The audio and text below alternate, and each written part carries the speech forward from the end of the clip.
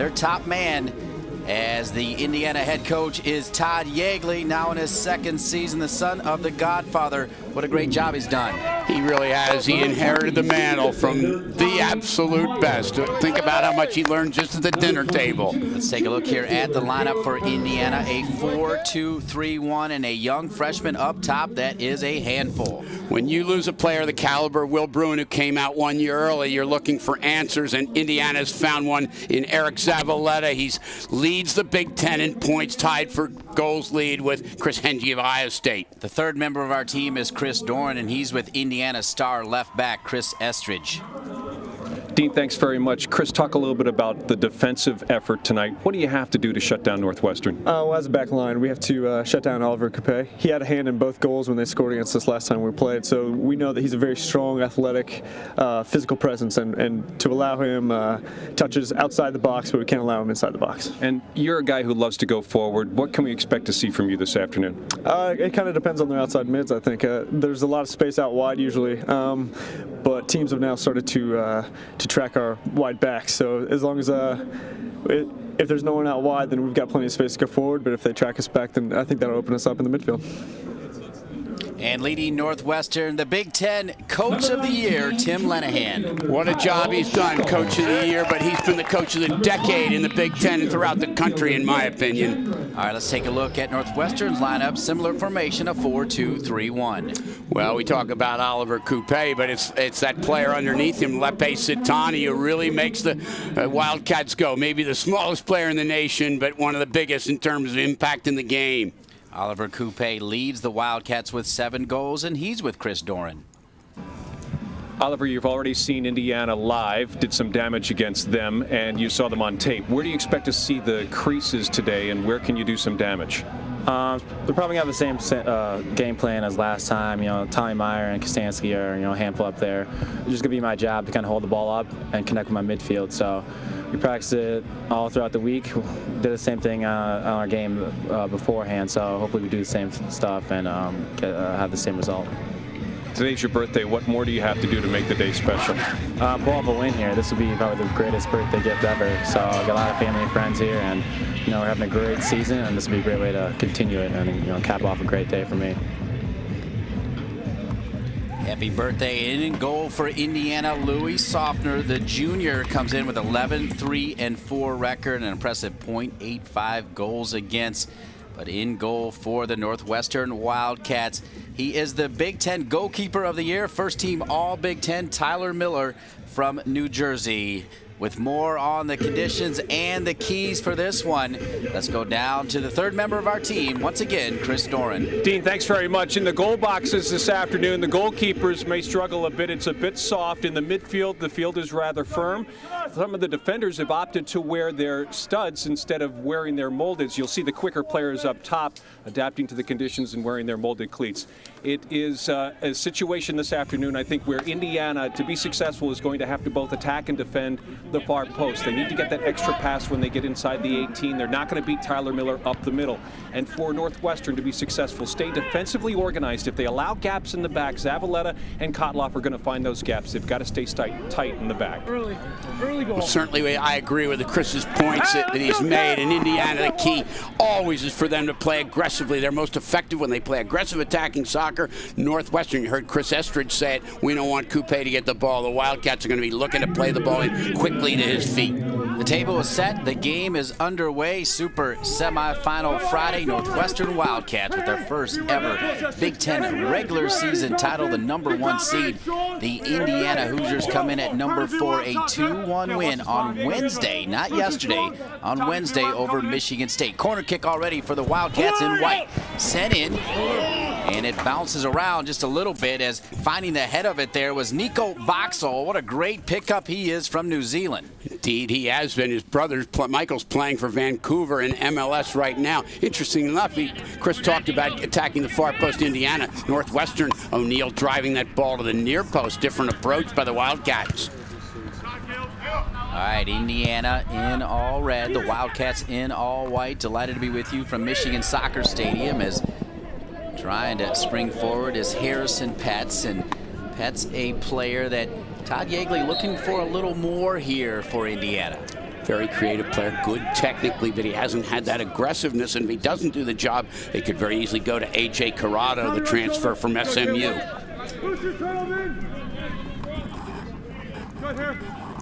Wildcats with another free kick.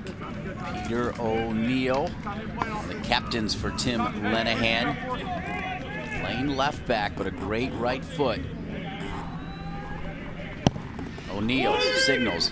Always going to be looking for the big man, Coupe. Purdy's first touch, Satani. Lays it out wide. Schickel. Back across! Oh, it was headed back across, and then Softner's there, finding the head of it. Nick Gendron, who has scored some big goals for the Wildcats. It's a great effort by Gendron. Softner was surprised to see Gendron get in so quickly. Here's Schickel. Back over the top, Coupe is open. Coupe did not first time it with his left, but keeps it alive. Look at Coupe dance around jerseys. This one off the crossbar. Two great opportunities in the first 3 minutes for Northwestern. Looking at it again. This is Schickel driving in, and great effort by Gendron. Hits the crossbar. Softner did not come out as quickly as he needed to, and Gendron almost made him pay. And how about the second opportunity by Oliver Coupe? Well, Tim Lenahan must be wondering if that goal's a little bit short, because here's Coupe picking up the ball in the box and again driving it off the crossbar. 2 balls off the crossbar in the first 5 minutes. More surprising was the space that he had with 4 red jerseys around him. Coupe had time to turn it, get it on that right foot. And there was nothing Softner could do. Here's Estridge, will play it back to Louis Softner. A little bit of miscommunication, some early jitters here from the Indiana Hoosiers, who come in with an 11-3-4 record. Northwestern 10-4-4. Louis Softner is capable of great play in the goal, but sometimes he doesn't exert himself and control things as much as he could. You saw indecision between him and the center back, Tommy Meyer. Can't afford that. Indiana can't have those kind of breakdowns.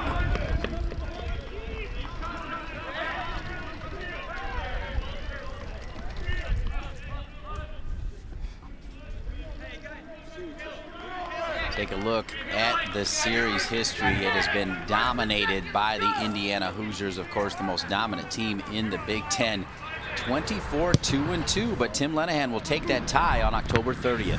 Oh, that was a big one. That was one that propelled them on to the championship, and this should be a great match again today. We've seen a lot of offense out of Northwestern already, and they're the team that's stronger defensively. That tie eliminated Indiana's chances of winning the Big Ten regular season, and Indiana turned the table then on the Ohio State Buckeyes, who could have won the Big Ten in Bloomington last Saturday. That's been a spirited rivalry ever since John Bloom's built such a power in Columbus. They've been challenging Indiana for a hegemony in the conference. Zavaleta, the big man up top, leads the Big Ten in points. 9 goals and 5 assists. Alec Purdy right behind him with 8 goals and 5 assists. Once again, you see that Northwestern wants to get the ball into Oliver Coupe as far up the field as possible. And Indiana's weathered that storm, and Northwestern missing those 2 chances. You wonder if not capitalizing on either one will come back to haunt the Wildcats. Stansky. Estridge comes forward.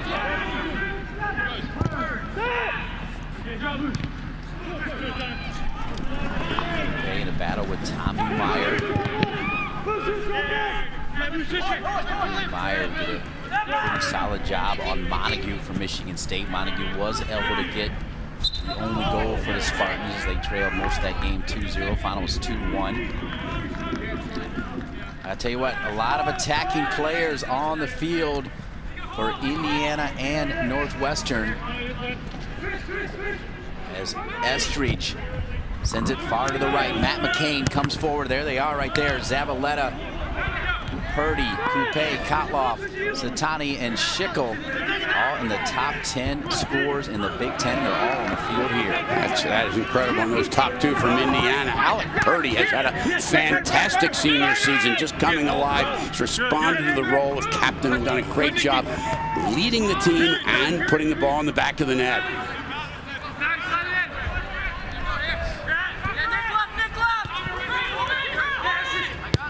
Estridge will get forward, and he will be dangerous. The little man, Lepi Satani. Bring it out wide now to Grant Wilson. He has been part of the key. Remember, Northwestern started 1-3-1 since they've gone 9-1-3. And part of the switch, Grant Wilson from Kansas City into the right back, O'Neal over to the left back. Done a very good job. Peter O'Neal, very versatile player. He can play with both feet, and he's able to go on either side. And this is why they've been able to put Wilson at right back with O'Neal on the left. Come on, man, come on. Go ahead. O'Neal, and part of the success of Northwestern is they started with the ball in the back of the net as these two teams put a lot of goals on you, as we saw by those 6 players in the top 10. Satani on the right side. So he's trying to spring Nick Gendron. Gendron, along with Oliver Coupe, is Lepi Satani. Will absolutely dish it to all of his players, both with great opportunities early on. What a great story. He's from a small country just on the outside of South Africa. He was adopted by the McGuire family in Louisville, Kentucky. One of his half-brothers is Sonny Jane, the outstanding player at the University of Maryland. Pearson Pets hoping to find Alec Purdy. O'Neal up top to Oliver Coupe, marked by Meyer. Oliver Coupe, a 2-sport star. Tom Izzo told him if he went to Michigan State, he would have a spot for him on the Michigan State Spartan basketball team, which has a big-time game against the UNC Tar Heels. Dean, what are the rules there? Can you go and play somewhere else 4 years, a different sport? I know that Tom Izzo would like to have him right now. He'd have to go down to an ocean liner outside of San Diego to play. That's a tough trip, no matter how much Tom Izzo would want him. With that, we wish all the veterans a happy Veterans Day. Here from Ann Arbor, Michigan, Northwestern, and Indiana. Harrison Pets, Zavaleta, they'll go over to Purdy. Purdy right down the middle. He'll find Zavaleta, and Zavaleta taken away in the back. The combination back there of Jarrett Boffman, the star from, ironically, Bloomington, Indiana, and Nico Boxall. What a great center back combination for Tim Lenahan's Wildcats. Boxall, the freshman, in the footsteps of his brother, was outstanding. Oliver Coupe already had one opportunity, sent across. He was trying to square it for Schickel. Harrison Pets will come the other way. Northwestern has looked very good here, showing why they won their first ever Big Ten regular season. Kotloff too strong for Correll Bradford. Is the first time we've really said Nikita Kotloff. 6 goals in the last 7 games earned him first team all Big Ten. If not for injury, probably would have had some nods for Big Ten Player of the Year. Went to the Buckeyes. Chris Hegney, the Offensive Player of the Year. The Defensive Player of the Year, another Buckeye, David Teamstra. The Coach of the Year, unanimous, Tim Lenahan. And at halftime, we'll break down the all-freshman team and the first and second all Big Ten teams. Hard tackle from behind by Bouchou. So good at that holding mid, and Bouchou gets it back. Nikita Kotloff does not need a lot of space. Gets out wide to Purdy. Purdy's first touch. Lets him down. Let's go down to Chris Doran with more on the Indiana Hoosiers. Well, in the early going, Dean, noticing that Indiana's midfielders and Eric Zavaleta, their lone front runner, putting pressure on the Northwestern back 4, forcing them to make decisions when they have the ball at their feet, maybe sooner than they're comfortable with doing. Well, it's a good back 4, though, really, and it makes a very good point. Both teams actually want to put pressure on the back 4. You saw with Northwestern getting that ball forward early to Coupe caused a lot of problems for Indiana early on. Estridge with that left foot sent across, and the first good look here at Tyler Miller, the freshman from New Jersey. Of course, that's where Tim Lenahan is from, and since Miller has been in the lineup, he has been key, and he is first-team goalkeeper in the Big Ten. Lepi Satani out wide to Gendron. Chris Estridge, who started that, is now on left back. Gendron. Looks like he went down, and Michael Kennedy, nothing to do with that. In the middle here.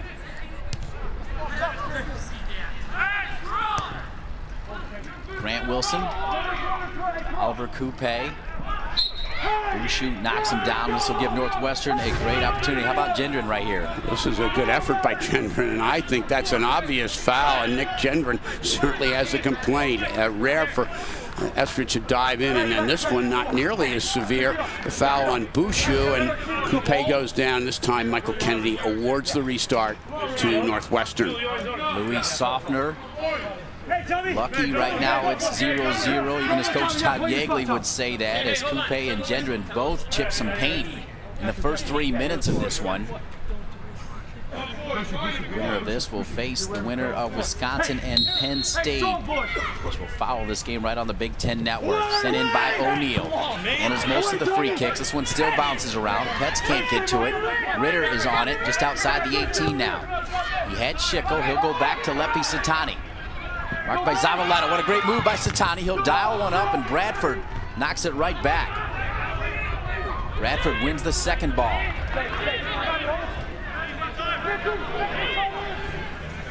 Schickel. Oliver Coupe, he is a handful. He is, and they want to get that ball into his feet, and by doing so, they put a lot of pressure on Indiana's defense. Uncharacteristic diving in on tackles by Indiana. Todd Yeagley can't be happy at all to see that. Kotloff having to come all the way back to Indiana's defensive third to get a touch. Clearly, Kotloff part of Tim Lenahan's game plan, trying to reduce his touches. Ritter, he's the maestro, number 6 in white for the Northwestern Wildcats. He leads the orchestra, according to Tim Lenahan. He'll get more touches than anybody, and he's on it right now. Ritter. Just by being on the ball, he earns the foul, and Northwestern, time of possession, favors the Wildcats. From Illinois, 4 goals and 2 assists from Ritter, who really connects the defense with the attack. He is the engine. He is very smart for a simple player, doesn't do spectacular things, just plays very, very steadily. Nutrier Products, a key man for Tim Lenahan. O'Neal all over the place. Indiana having trouble clearing it out of the 18. Schickel right back with his left foot. Estridge will get ahead on it. Satani again. It's all Northwestern right now. Grant Wilson had Gendron. He'll send it right back in, and Louis Softner had that one all the way. It's interesting, Nico Boxall's a very good player coming forward, but this time thus far in the game, they've looked frequently for Jared Boffman, and we see Louis Softner down. This is concern for Indiana. Taking a look at that once again, Softner comes out, challenged by Boxall, and Softner falls right back on his back as he goes up over the top. I believe it's of Tommy Meyer. We get a second look. Good job by Softner. He's being much more aggressive, but he comes down hard. Fortunately, he's able to stay on. Number 32, Michael Soderlin from Boise, Idaho, is the reserve. Had a nice game against Evansville, a 2-1 win. As Todd Yeagley told me before the game, Soderlin has made Softner a better goalkeeper this year because he has pushed him in practice. Here's Purdy. Purdy trying to make that last diagonal pass to Zavaleta. Over the top, Coupe marked by Meyer. Oliver Coupe creates his own space. It's now 1-on-2. Coupe dances around, definitely wanted to get back to that right foot, and Konstanski knew it. Good job by both Caleb Konstanski and Tommy Meyer. One of the aspects of Tommy Meyer's game is improvement in dealing with the physical challenges. Gets knocked off before, but he comes back and recovers, and good help by Caleb Konstanski. A player does all the little things. They don't show up anywhere except in the final result. He plays, and he makes his team a winner. Throw into Gendron. Another throw in now for Northwestern. Dean, very good point you made before. They have an outstanding backup, this Indiana, and Michael Soderlin, who's only played 1 game, but his pressure has forced Louis Softner to raise the level of his play in the Indiana goal. Softner's got to be ready now. Wildcats with the long throw, looking for the head of Coupe. Konstanski gets his head on it, and they'll say Coupe was all over Konstanski, and it'll come back to the Indiana Hoosiers. No score, super semi-final Friday here at Michigan Soccer Stadium. How about the job Steve Burns and Michigan has done hosting this tournament? They've got a beautiful stadium to host it in. We had a great banquet last night.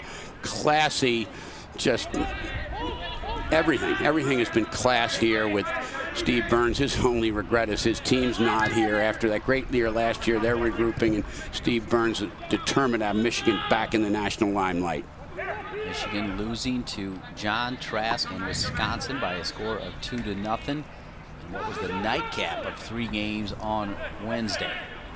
Northwestern had the luxury as the #1 seed. They actually took their time, drove up on Wednesday while the other 6 teams were playing. Tim Lenahan feels the Wildcats are rested, look sharp in practice. They look sharp early here. Purdy with the turn, and doesn't matter how sharp you look when you're playing Indiana, Purdy can make you pay. Well, that's a good decision by Alex Purdy that time. They haven't really tested Tyler Miller in the goal at all. Purdy taking the chance. Good decision by Purdy. He's had an outstanding season. 7 goals, 5 assists, and 8 goals counting the one in the tournament opening round. Alec Purdy, the captain's had a great senior year. Alec Purdy was telling us during training yesterday, as a 5th-year senior, he relishes the chance to have responsibility. Northwestern keeping an eye on him. They're concerned they're giving him too much space in the midfield. Indiana's got to figure out, however, how to combine with all the defenders getting behind the ball for Northwestern when they get to the attacking third. Great stuff, Chris, as Purdy now with Zavaleta in front of him. He'll use Estridge. Estridge out of a cannon. So fun to watch on that left side. He'll drop it back to Bradford. Bradford with a good touch in and a big shot. Miller with a big save, showing why he is the Big Ten first-team goalkeeper.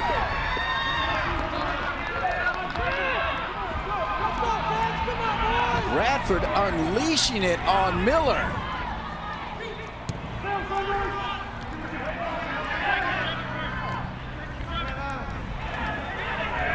Matt McCain over to Harrison Petts. Indiana now with a couple of shots on goal. Still no score. Plenty of opportunities. We look at that whole sequence. This is Estridge, who's been a midfielder, getting forward, and it's the defensive man coming forward. Bradford, a save by Miller, and from the ground with one hand he makes the save. It's just tremendous goalkeeping by one of the best young goalkeepers in the country. Estridge, who started that play, but impressive touch by Carell Bradford, who has improved every game. Had a brilliant game against Ohio State. Zavaleta on the turn. Zavaleta with the goal. The Big Ten's leading scorer has Indiana on top, 1-0. That's just an incredible setup. Tommy Meyer had vision 25 yards down the field, and as he found Zavaleta with the pass, you could hear Tim Lenahan say, don't let him get set up there. Tommy Meyer is lethal with long passes. A great pass to Zavaleta. Great turn by the freshman. He's hardly touched the ball. Maybe his first chance. First touch to the far post, putting Indiana on top. 10th goal of the season, now all alone. Leading in goals in the Big Ten is Eric Zavaleta to go with 5 assists, 25 points, and he is a freshman. Nephew of Greg Vanny.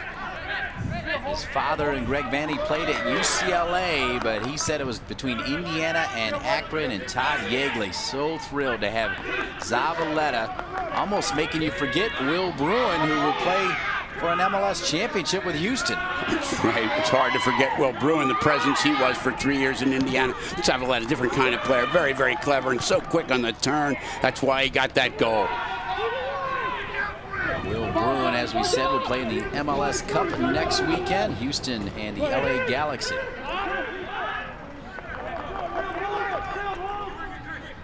Satani. Bradford to Petts. Petts was looking for Zavaleta. Now Schickel will start it for the Wildcats. They trail now 1-0. Eric Zavaleta. As you said, Richard, not a whole lot of touches, but he made it count. It's not the number of times you touch the ball, it's what you do with it, and Zavaleta is a very smart player. O'Neal Petz will leave him, and Bradford cleans it up. Estridge wasn't quite sure what to do with that one. Petz. Connor Holloway.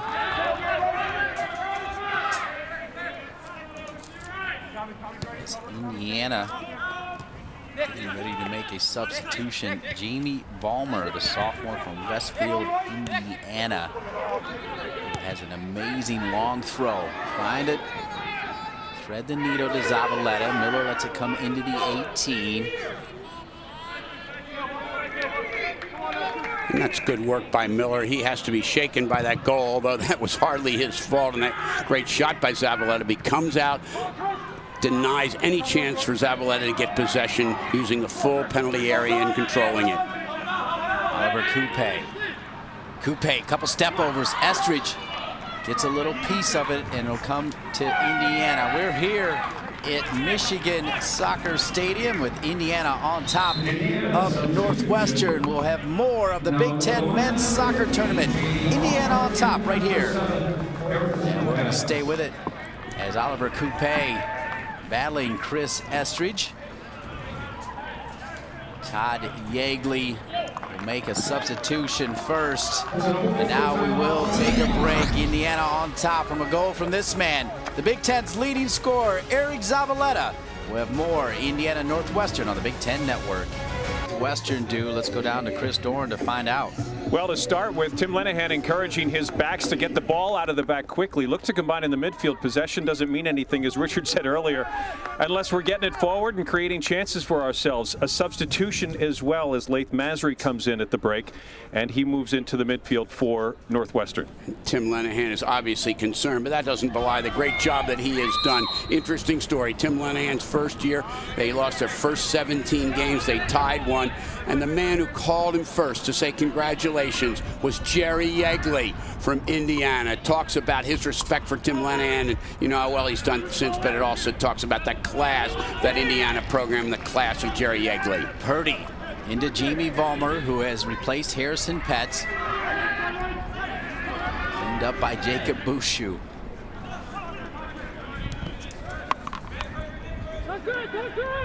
Zavaleta back to Purdy. Now Vollmer. Good hard tackle by Ritter. Allows Schickel to try to get it up top to Oliver Coupe.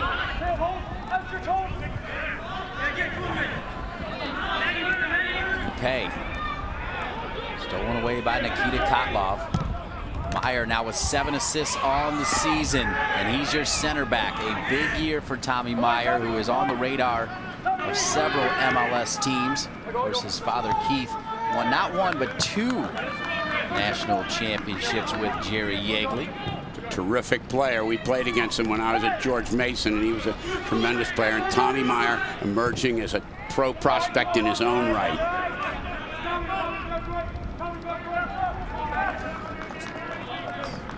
Dean, one of the things we're starting to see is Indiana getting a little more possession, and with Northwestern, they're going to rely on, they made a substitution of Laith Masri in the midfield alongside Ritter. That's going to be key to Northwestern. These two players controlling the ball, getting the ball into Coupe, and also getting up and supporting Coupe. He's had a lot of action in the first half. Some of the times he hasn't had anybody behind him to support when he has received it. Bradford to Kotlov. Won it and played it quickly to Vollmer. Tough ball for Vollmer.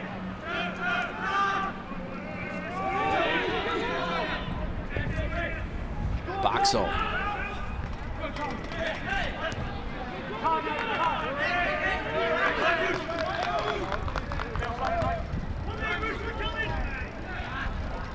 Bouchou can't handle it. Cleaned up by Laith Masri. He was part of the all Big Ten freshman team, has really been bothered by a groin injury. Otherwise, he probably would be a starter. Working his way back in. Tim Lenahan said that he'll play a lot, though, in this tournament. Tim Lenahan feels he has 2 starters, Masri and Connor Holloway, who opened the game. But Masri was all freshman last year. He's a good player, and they rely heavily on him in that defensive part of the midfield. Zavaleta. Nikita Kotlov has Purdy on his left. Can get it back to Jamie Vollmer. That's what Nikita Kotloff does, his little clever passes trying to get the ball in. He's not had a lot of action. Indiana's in front 1-0 without Kotloff being involved. That's a good sign for the Hoosiers.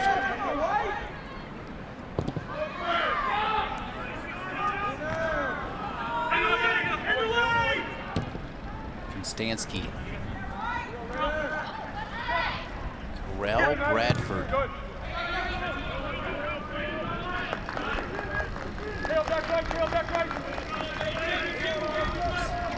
This is where Tim Lenahan said the backs have got to get the ball forward sooner.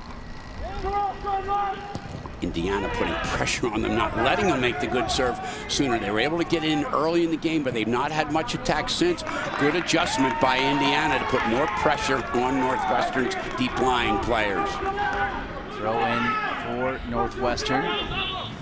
Coupe knew he was coming back to the right, and Bouchou was there. Able to win it to Nikita Kotloff. A dangerous attack for Todd Yeagley's Hoosiers. That's what Bouchou does, wins all those balls in front of the defense for Indiana. Zavaleta stumbled just a little bit. Chris Dorn talking about the conditions here. A lot of rain on Wednesday. This one knocked out of bounds. And Chris Dorn, you talk about the back line for Northwestern and Tim Lenahan. Of course, Jared Boffman from Bloomington, Indiana, actually played for you a few years at Bloomington North. What does he bring for the Wildcats? Oh, he's a very special player. He's a solid young man overall on the field and off, but a really good defensive-minded player. Has a great attacking sense on restarts. Coach Lenahan moves him forward. He keeps the ball well, and he keeps the game simple. And I know Richard knows that those types of players can be extremely valuable to a unit out on the field. Certainly they can, and the reason why he's so good is obviously the great high school coaching he had. Estridge on the left side looking for Purdy. Zavaleta drops it to Jamie Vollmer, keeps it down, and Miller goes down with it. Good shot by Vollmer coming off the Hoosier bench, and a nice save by Miller. He was screened a little bit on this shot, and it's a difficult one to find. Good job by Zavaleta, shoots past Boffman. Miller very quick, very flexible, getting down low to make the save. That touch from Zavaleta, I think, epitomizes the kind of player he is as Gendron runs into Louis Softner. So many young forwards would automatically turn, take that shot. He took one more touch to try to get it to Vollmer. Very unselfish player. He's blended in as a freshman, we said before, taking the place of Will Bruin. He's fit in splendidly in the attack. Started from day one and had a magnificent first year in Bloomington. All right, speaking of Bloomington defenders, in the back, Caleb Konstanski for Indiana. What a story he is, Chris Dorn. We'll get to you in a second. Bradford over to Purdy. How about Caleb Konstanski?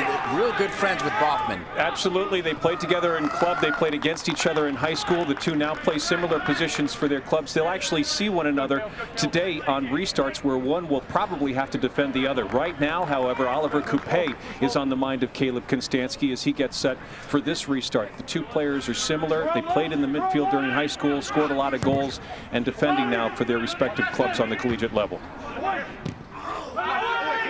Konstanski will clear it out. A player that wasn't initially in the plans for Todd Yeagley at Indiana, but growing up in Bloomington, always wanted to play for Indiana. He's willed himself back into the lineup, and he's a key with Tommy Meyer. Schickel on the ball.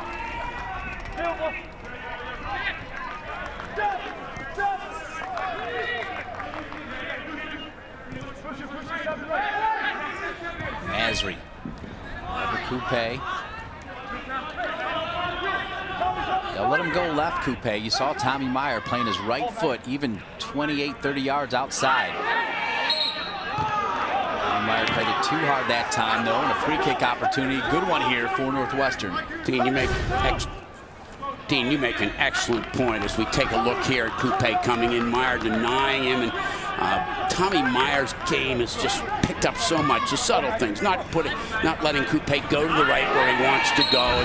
Kind of a foul there, I'm not so sure about it. Meyer has just stepped up as a defender in addition to his ability to play the balls forward. Louis Softner's not had many touches recently, although he certainly did in the beginning of the game. See a lot of action in front of the goal. Michael Kennedy coming in to break that all up.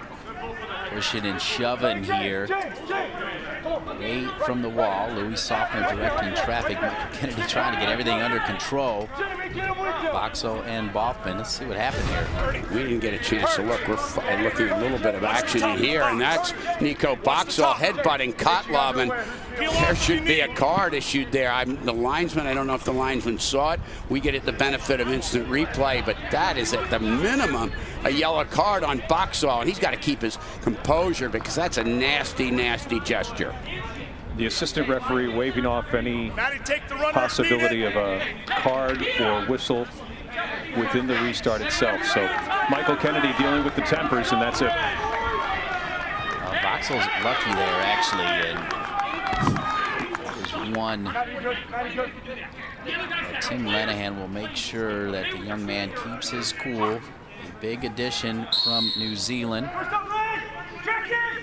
O'Neal going far post. Softner's there. He'll punch it out. White jersey just a little bit late trying to get to it was Gendron, and Indiana will come the other way.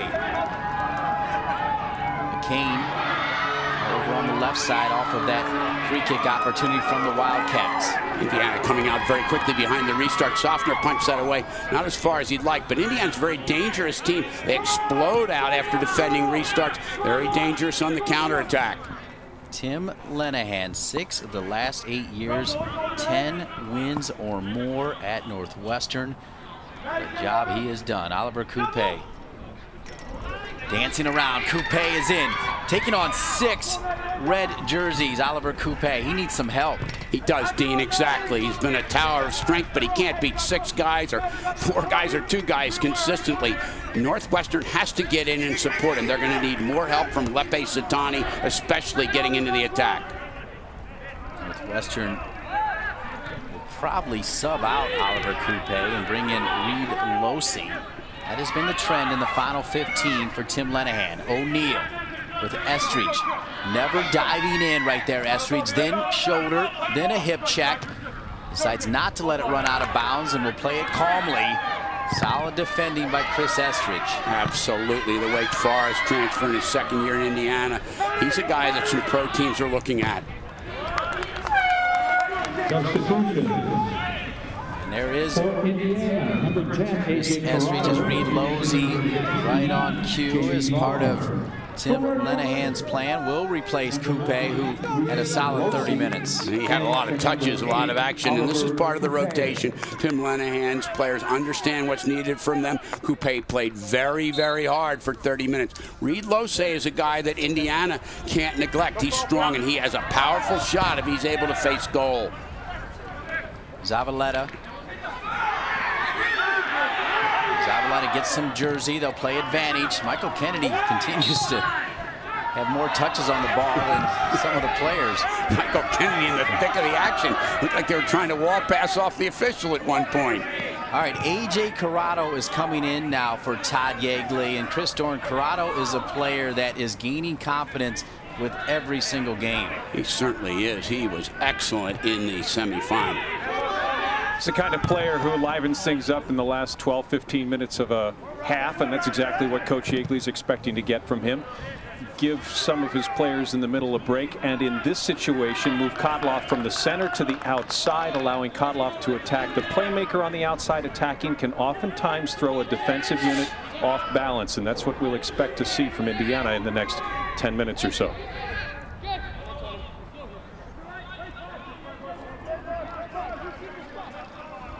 Kotlov with the throw in, as Chris Dorn just talked about. Corrado is in for Vollmer, so that long throw in back on the bench. Kept alive and on the turn. Look at Purdy lurking right there. Purdy had a goal on Wednesday. He was looking for another one on the turn. That's the kind of thing that Alex Purdy does. Not spectacular, just finds gaps in the defense. Great turn by Purdy, and Tyler Miller is keeping the Wildcats in this game. Purdy with 8 goals and 5 assists, second in the Big Ten with 21 points, 4 behind his running mate Eric Zavaleta, now with 25. He's got the goal here at Michigan Soccer Stadium. Number 4 seed Indiana on top of the number 1 seed Northwestern Wildcats, 1-0.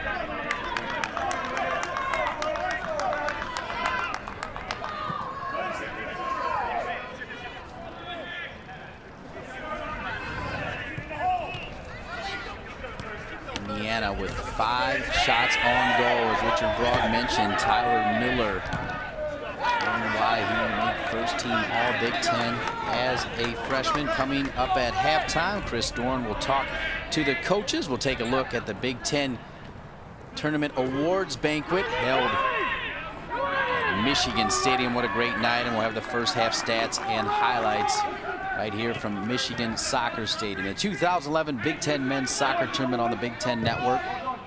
Reminding you, Wisconsin and Penn State will follow this one right here on BTN. Sunday, the championship game, high noon.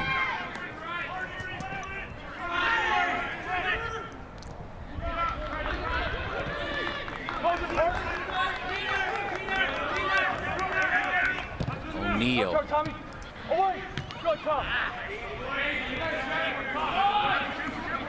Meyer, who probably happy to see Oliver Coupe go to the bench and sit next to Tim Lenahan for a little bit. Well, he'll be back in the second half. It's a brief respite for Meyer, but Losey's a dangerous player. You can't let him turn. It's a very hard shot, perhaps the hardest of anyone on the Northwestern team.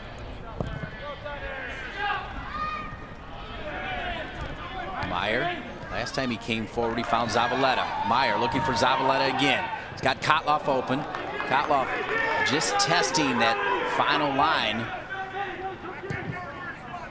Wilson will play it up top to Reed Losey. He's got Gendron. Nick Gendron.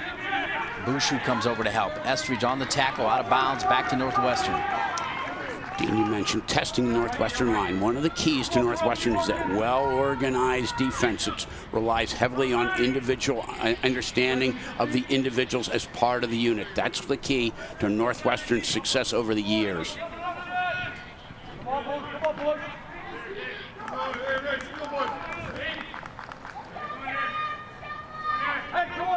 Gendron, Louis Softner communicating to his defense. In this situation, the second ball is key for Northwestern, winning the second ball.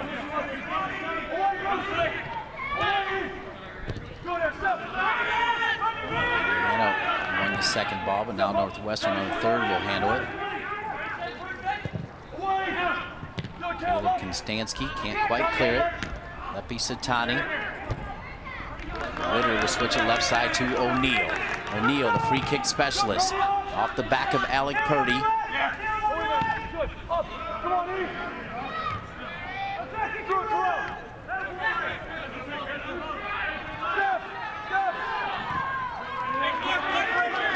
Bachman will use Nico Boxel. Top to Reed Losey. Losey lets the ball go into space. He's hoping to be able to turn on it, but Estridge so fast.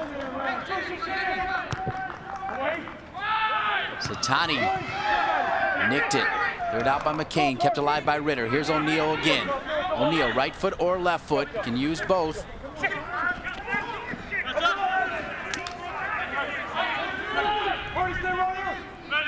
O'Neal, quick throw in.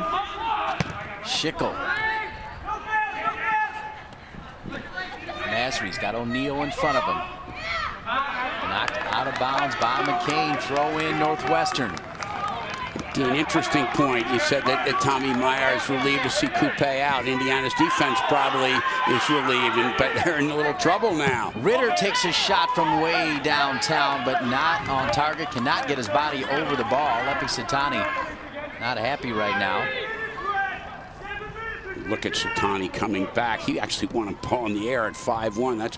He's a pretty special player. What's happened, I think, as Coupe's come out, Indiana sort of, wow, we're glad he's out of there. And yet Losey's a threat, and the other players on Northwestern putting pressure on, getting crosses in, and Indiana's been under some pressure for the last 5 minutes.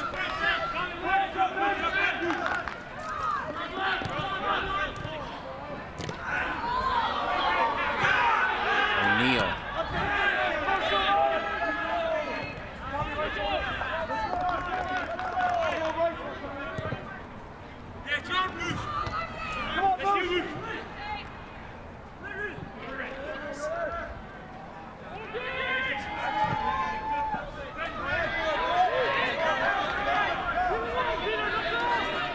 Zavaleta back to Purdy.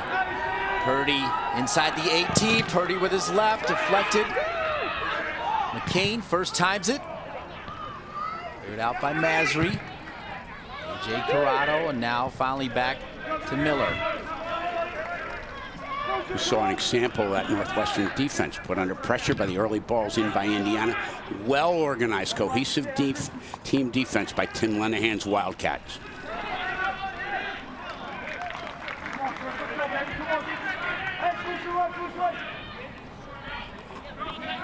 Over 5 minutes left here in the first half.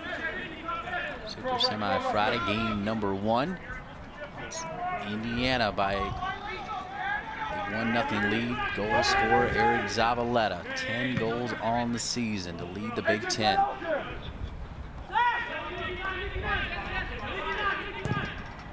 Wilson, the littlest man on the field. Lepi Satani. Play back here to Masry. O'Neal, marked by McCain. Good ball from O'Neal, sent across. Gendron comes crashing in. It went over the head of Reed Losey. Gendron was there. He wanted a foul, did not get it. Seen that picture before and started the game with a cross from O'Neal to Gendron. This time Gendron in again, coming in at the far post and just puts it over the bar. Northwestern, even though they like to get the ball into coupe, have been more effective lately getting crosses in. Peter O'Neal's a very good crosser of the ball. He likes to get forward from that outside back position. I absolutely think Nick Gendron is going to be an important piece to the second half for Northwestern. He's kept Chris Estridge pretty much in check on that side of the field. If he continues to push the game from that flank, he's going to find some opportunities, not just on finishing plays, but starting plays, serving the ball to the far post and looking to capitalize for Northwestern. Exactly. Estridge is not only a good defender, he's very dangerous coming forward in the attack.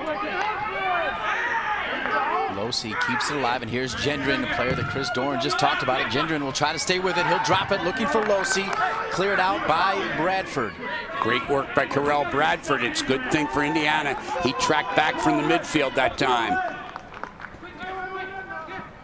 Wildcats, hard to believe, only 1 shot on goal, but 2 shots on the crossbar. The Hoosiers on top. Wildcats. The throw in sent right back out. Wilson's got a line drive throw in. He's looking to find the head of Ritter. Over the top of Ritter, there's Losey. Sofner, a little bit of trouble. And it looks like it'll be a corner kick for Northwestern. Indiana very upset. I think they do have a legitimate complaint there. I thought that did go off Reed Losey. You don't get the ball out with all these restarts, sooner or later it's going to bounce into a place you don't want it to bounce the back of the net. We're looking at the challenge. Losey goes up. It hits Sofner, and hard to tell there. It looks like that ball went off Losey, but we were screened from our position. Wildcats sent back in. Caleb Konstanski heads it 30 yards out. Purdy into space, goes around Satani. Purdy with one more touch. O'Neal comes crashing over to save it, out of bounds, but back to Indiana. A quick counter from the Hoosiers. Which is what they love to do. They get out off those restarts as fast as anybody. Dangerous situation, saved by Peter O'Neal, denying Purdy, who's got a lot of speed. Zavaleta, the goal scorer. Estridge. A.J. Corrado trying to find Nikita Kotlov, who's been a little bit quiet in this one. He's had such a great run. And he's been very quiet. They haven't found him at all. They've been instead worked to get the ball into Zavaleta all the way from the back, and that accurate serving by Tommy Meyer has caused the problems for Northwestern. Nikita Kotlov.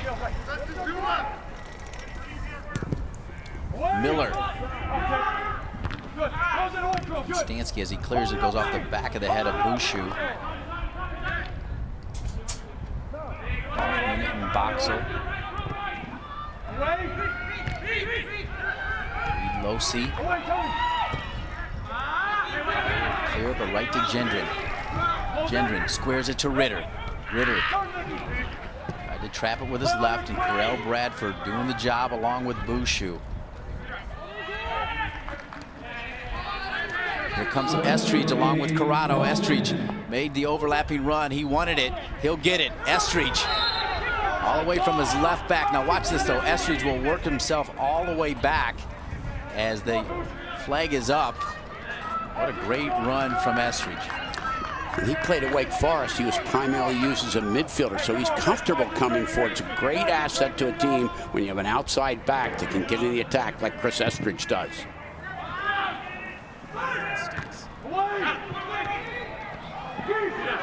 Still loose as into the game now for Northwestern. You saw him right there, number 11, Eric Weberman, the freshman from Farmington Hills, Michigan. Obviously thrilled to be here at Michigan Soccer Stadium, and a player that Tim Lenahan is going to a lot more here late in the season. 10, 9, final 10 seconds. 8, 7, 6. And Eric Zavaleta will send it out of bounds after 45 minutes in the first semifinal. That man, Eric Zavaleta from Tommy Meyer with a big-time goal. Coming up after these messages, Chris Jordan will check in with both coaches right here on the Big Ten Network. At the brackets here as Indiana advanced to the semifinal with a 2-1 win over Michigan State. It was Penn State getting their first Big Ten win of the year, knocking off the Ohio State Buckeyes 2-0. Wisconsin with the same score beat Michigan. As we get ready for the second half, Northwestern in white, Indiana in red. Dean Linke, Richard Broad, Chris Dorn. You heard Coach Tim Lenahan. Can they do what he said? Well, that's so important. They started the game up not just the last 20 minutes, but right in the beginning, they were able to get the ball. Coupe, 2 great chances. When they get it to Coupe, they have to get players in supporting positions for him. A.J. Corrado stays in for Todd Yeagley. He'll play in the midfield along with Jacob Bushu, Correll Bradford, Alec Purdy, and Nikita Kotloff. The goal scorer, Eric Zavaleta, up top. Zavaleta now, what a storybook freshman campaign. 10 goals on the season to go with 5 assists. He leads all Big Ten players in goals and points. Somebody mentioned Will Bruin. He's going to be playing in a week, and Zavaleta's playing today. He's been lethal. O'Neal sent in. Boffman able to get ahead on it, but handled by Louis Softner. This is another way Northwestern can exploit Indiana. Coupe puts such pressure on the defense. He creates a lot of restart opportunities. You saw one at the end of the game at 15 minutes from the end, and he also creates corners. So they may present opportunities for Northwestern to score.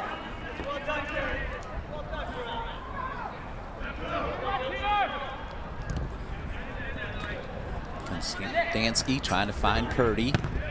Wilson will send it long. Oliver Coupe back in the game. Richard Broad's keys for Northwestern, and they found him. He just couldn't finish. Estridge, slanting ball, looking for Kotloff. Ritter with a tough ball to Masry. Jacob Bushu, that's what he does. Just gets in the middle of it for Indiana. A.J. Corrado. Now back to Jacob Bushu. Into space, looking for McCain.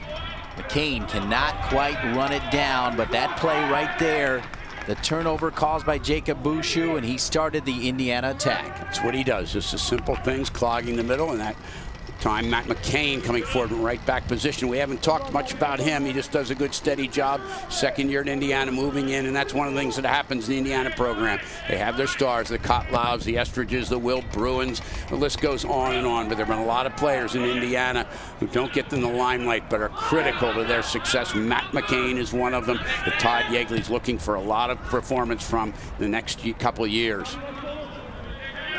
No, stop, guys. Guys, one of the things I think Indiana will benefit from is McCain overlapping. Gendron sent across.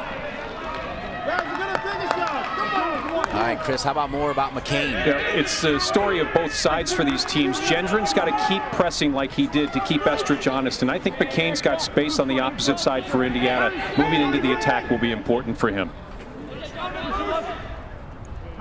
Keep going, Bush. Oliver Coupe comes all the way over to take the throw in from Wilson.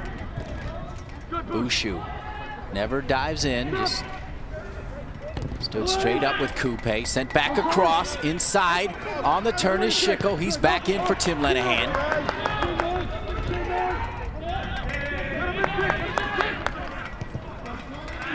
Peter O'Neal. Saul Lepi Sitani, part of the All Big Ten second team. He's been very quiet thus far because of the work of Bradford and Bouchou in the defensive end of Indiana's midfield.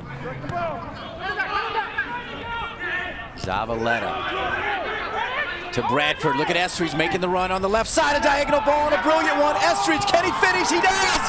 Oh, the flag is up. I am not sure about that. I thought he timed it perfectly. What a finish, but all for naught.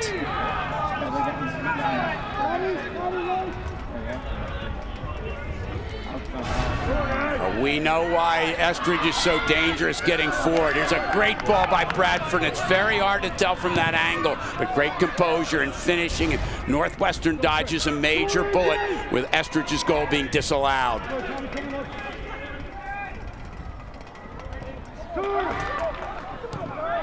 The flag was up on the far side. Estridge has been so good throughout the season at timing those runs. Very close. Purdy tests the line. This time the flag will stay down for Purdy. Purdy is hoping to slide it around Wilson with his right foot.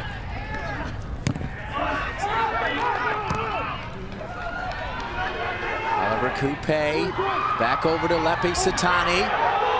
On the slide, Caleb Konstanski giving it all up, but back to Oliver Coupe. Coupe trying to earn a corner kick. He does. That's what Coupe does, but the Northwestern people are very upset because they thought this ball hit Caleb Konstanski in the arm, in the box. We're looking at Konstanski. He goes down. Satani driving that ball, and he's battling. It looks like that ball may have hit him in the hands, but Michael Kendi ruling inadvertent hand. No call, no penalty. They do get a corner. Kennedy actually offered the explanation to the Northwestern players when the play went out, when the ball went out. O'Neal. Brilliant corner kick by O'Neal, but Northwestern not able to head it in.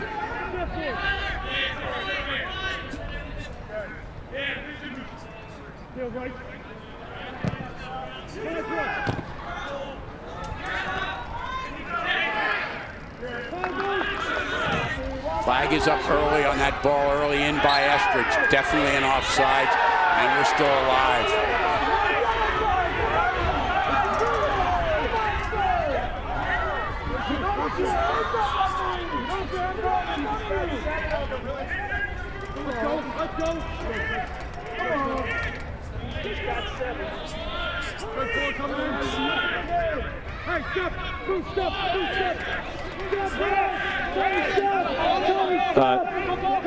Boxel.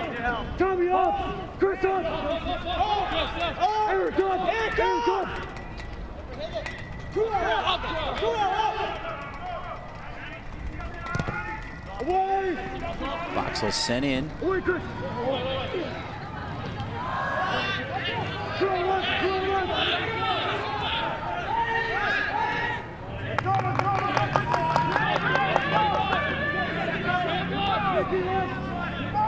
Ritter takes a look, keeps it down, but right to Louis Softner.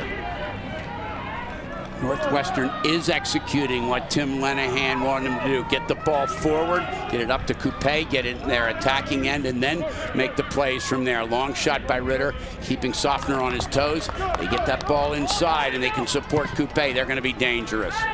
Purdy, now he is off on the left side. That was definitive. The run by Estridge, I'm not so sure, Richard Broad, as Estridge has made a living on timing those runs. Very good at coming forward, but I think he was clearly offside. Our second look on the camera shows that Peter Dima, the far side official, raised his hand, and it was the right call. Estridge was offside. We get a good look at it in the second time. You can bet if they have that situation again, the weight of that pass is going to be a little lighter, the pace of the ball a little bit quicker, and they'll try to get that ball in sooner to Estridge. Masry over to Ritter. Tough ball for O'Neal, but he'll chest it into space. O'Neal keeps it down on the ground, looking for Satani, and Tommy Meyer will clean it up. The Hoosiers pushing forward. Alec Purdy. Very patient now, Indiana with the 1-0 lead. Nikita Kotlov will lose it to Satani. Satani Has Coupe on the left. He'll use Coupe. Coupe will try to get it back to his right foot. He does, keeps the shot. Sofner gets a piece of it. No white jersey trailing. We talked in the first half, Coupe needs help. That would have been a great opportunity for the Wildcats to come forward and get that rebound. Got help in the form of Satani getting that ball and coming forward. The midfielders need to get in and look for these fouls. This is the most active Satani's been. Plays the ball into Coupe, gets the shot off. Good save by Sofner. Nobody waiting at the doorstep to knock that ball in. Northwestern needs to get the midfielders engaged, get them into the attack. A.J. Corrado. Boxall coming forward from his center back. Here's the help that Coupe would like. He won't mind a center back coming up. Now Boxall will go back to his center back position along with Boffman. But Northwestern with some numbers here.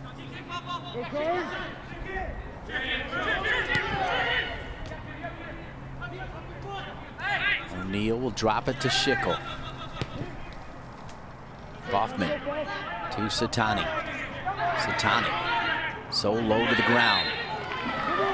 Draws the foul from A.J. Corrado.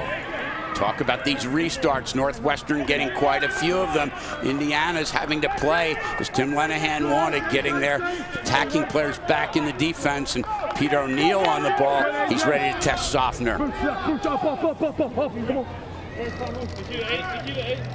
Lots of free kicks for O'Neal, both side, right side, left, jostling for position are the Wildcats, trying to get the equalizer.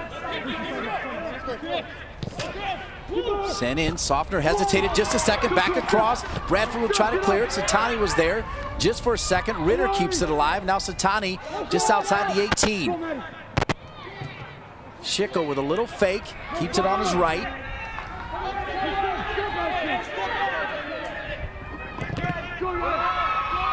Zavaleta.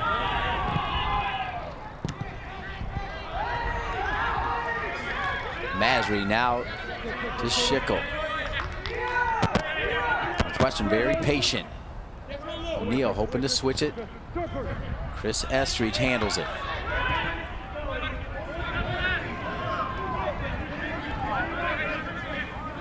Northwestern very busy here in the second half. 3 shots on goal, none for the Hoosiers. However, I talked about the patience of Northwestern. Defensively, Indiana showing a lot more patience as well. They're not panicking.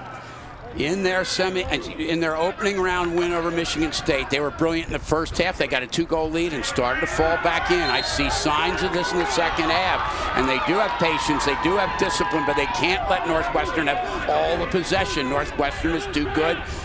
Indiana's got to have more of the ball, more of the attack. How much of this patience is actually Indiana resting after having played 2 days ago and Northwestern being in here on fresh legs? It's a very good point, Chris. And the one thing about this tournament this year is they played the games on Wednesday, not Thursday. So Indiana has had 1 day off, but Northwestern's got a longer rest. They may be fresher in the second half. Excellent point.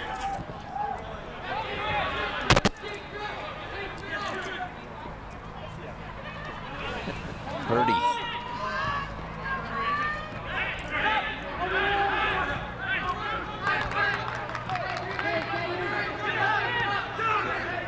Meyer to McCain. Chris Dorn talked about McCain getting more involved in the offense in the second half.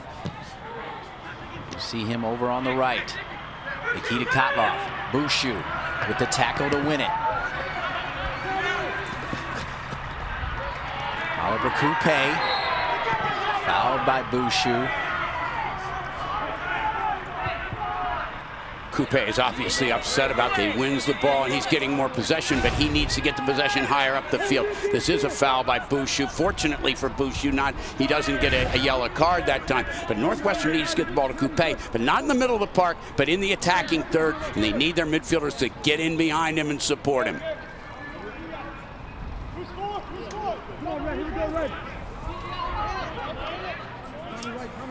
O'Neal sent back in.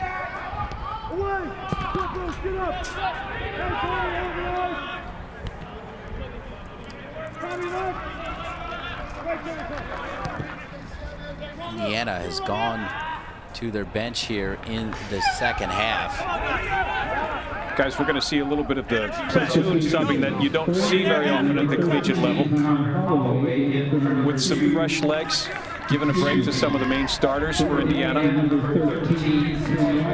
Lefty Satani gets a break as well for Northwestern.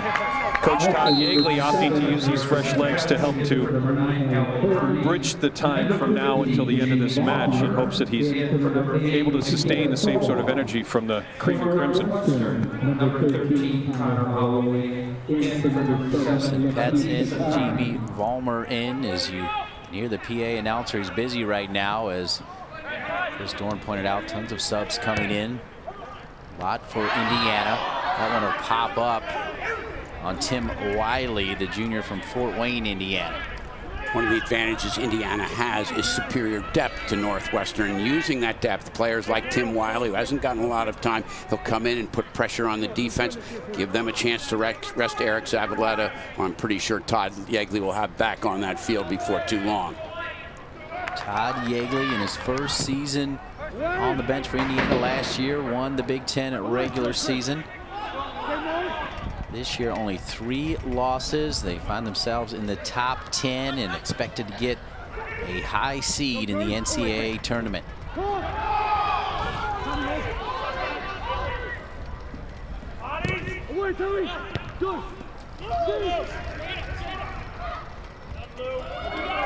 Softner will handle it.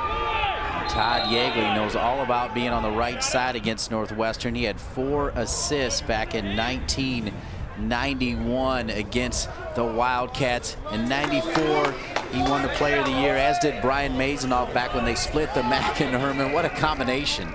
And with Brandon Ward, they formed one of the best midfields in the history of college soccer. Went to the final, lost a heartbreaking defeat to Indiana that year. One of Jerry Yeagley's great frustrations, not winning with what may have been his best team ever. There is Brian Mazanoff. Sent back across, looking for Pats. Miller way out of position, sent back across. If Pets was able to backheel that one with Miller out, Wiley was coming in, and so was Jamie Vollmer, as Harrison Pets off the bench, bringing some energy here. Pets is a guy that, there's so many players, part of the Chicago Fire Academy, that are getting a lot of looks, a great connection for Bloomington. We're here at Michigan Soccer Stadium, the Big Ten Network, the Big Ten Tournament Men's Super Semifinal game number 1 at the UM Soccer Complex. Dean Linke along with Richard Broad and Chris Dorn. Indiana and Crimson. Northwestern is in white, and the Hoosiers on top 1-0. Game 2 coming up next in a little over an hour. Number 3 Wisconsin against number 7 Penn State. Wiley trying to keep it alive. And Wiley's work rate will earn a corner kick for the Cream and Crimson. That's why you make those substitutions. Tim Wiley, fresh legs, he's an aggressive player, very athletic guy, puts the pressure on the Northwestern defense. There's a long punt, he's battling in there. They got Masry back on the defense, can't ward off Wiley, goes off Masry, corner kick coming up for the Hoosiers.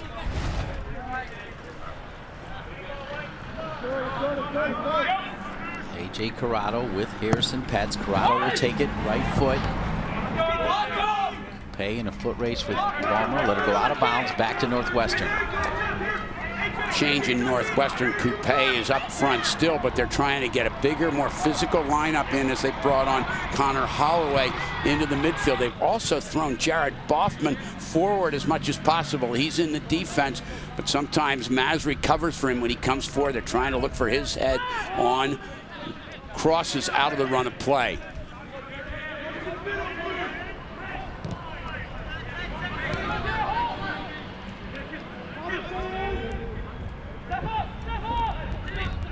Wiley to Vollmer. McCain comes forward. McCain on the right side. Boucher was a step offside, and the flag went up. Talked about it again. Matt McCain coming forward this time. As we take a look at it, excellent shot. He is clearly one step beyond the defense. Linesman's flag goes up. Mr. Dima with a correct call. But you can look for McCain to get out of the back, especially if, as Chris pointed out, Gendron is stifling Estridge, who's the most dangerous player from the Indiana defenders coming into the attack.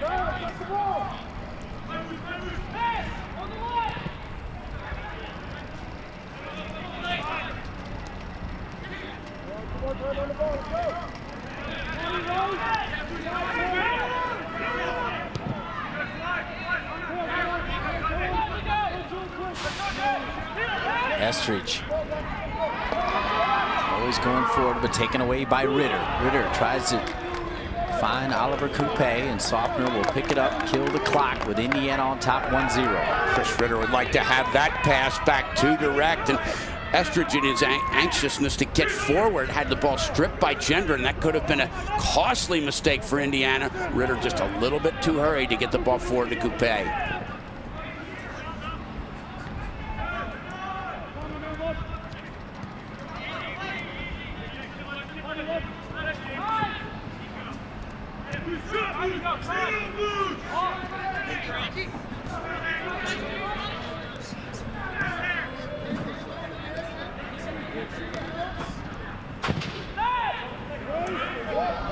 Meyer to Bouchou. Homer will play it back to Caleb Konstanski.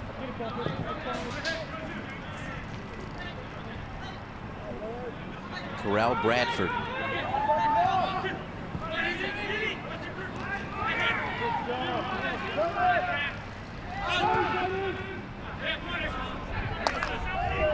Bouchou just getting a piece of it. Slowing down the attack for Northwestern and then winning it.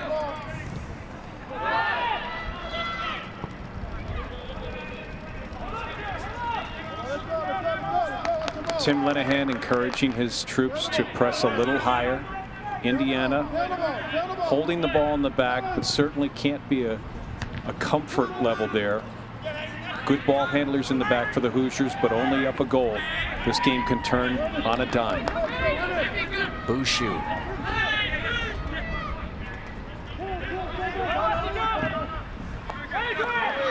Harrison Petz.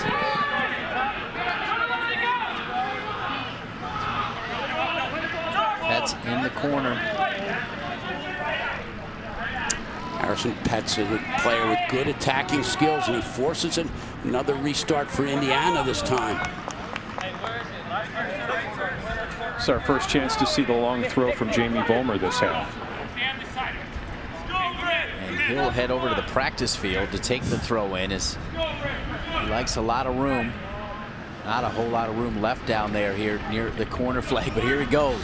Vollmer looking for the head of Bouchou. He'll fall to Estridge. Oliver Coupe. One touch away as Peter O'Neill was making the run. You can hear Tim Lenahan saying Peter, hoping Coupe was going to find him. Now O'Neill has it stolen away. Caleb Konstanski will come forward. He's got Wiley to his right. Konstanski with a good little fake. He may take one himself. Boxall on the block. Jamie Vollmer, he started this entire sequence with the throw-in. Now McCain. McCain sent back across. Wiley will trap it first. Marked by Boxall. Sent again. Cleared out of there by Wilson. Wiley one more time. And Miller handles it. Big bonus for Indiana when you get a player like Tim Wiley coming off the bench and causing so many problems for the defense. He's a hard fighter. He's athletic. He scraps. He forces it off. And it's a sliding effort to save it by Wilson before Miller can get his hands on the ball.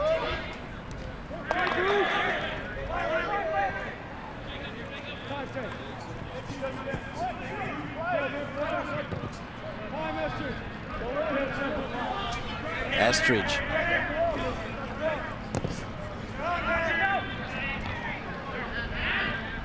Boxall will head it to Wilson, who just sacrificed his entire body to keep this at 1-0. Eric Zavaleta, the goal scorer, on the bench right now. He will return. Chris Dorn, you saw in the game against Michigan State, Todd Yeagley worried about the legs, knowing Northwestern had the break. He went to his bench a lot, including bringing the stars off like Zavaleta and Estridge. He's gotten great service from players off the bench. All right, Indiana on top of Northwestern, 1-0. We'll have more here from Michigan Soccer Stadium after the break. Indiana on top of Northwestern with a little over 21 minutes remaining. And how about the Verizon Key connection? We looked at ball played forward by Meyer. Zavaleta quick on the turn, driving the ball past Miller. Again, the big players coming up big time in the big games. Zavaleta putting the Hoosiers on top. Western down a goal. Let's find out what Tim Lenahan has in mind here in the final 22 minutes. Go down to Chris Doran. Well, for the Wildcats, it's showing Indiana something maybe they haven't seen. They're going to wait the right side and see if Northwestern can get ahead on the right flank. For Indiana, it's about game management. Coach Yeagley telling his troops, get the ball to the attacking half, hold possession, and let's tick, tick, tick this game away. Thank you, Chris. Chris Doran here with Richard Broad. I'm Dean Linke, delighted to be with you. We'll play 2 today at Michigan Soccer Stadium. Coming up is Wisconsin and Penn State. John Trask, and take a look at Tim Lenahan for the Wildcats. Not just tactics for Tim Lenahan, but changes in personnel. He's brought on at the left side of the midfield. He's brought back in Satani in the midfield. And once again, he's brought on Scott Lakin at the left back position. Lakin's an athletic guy with the ability to serve the ball long distance forward. This may allow, as Chris points out, O'Neal to get down the right side where he can also get in crosses. Oliver Coupe has come off. I think Reed Losey will be in to give him maybe 5 to 10 minutes rest. But you're going to be seeing Oliver Coupe back in before long.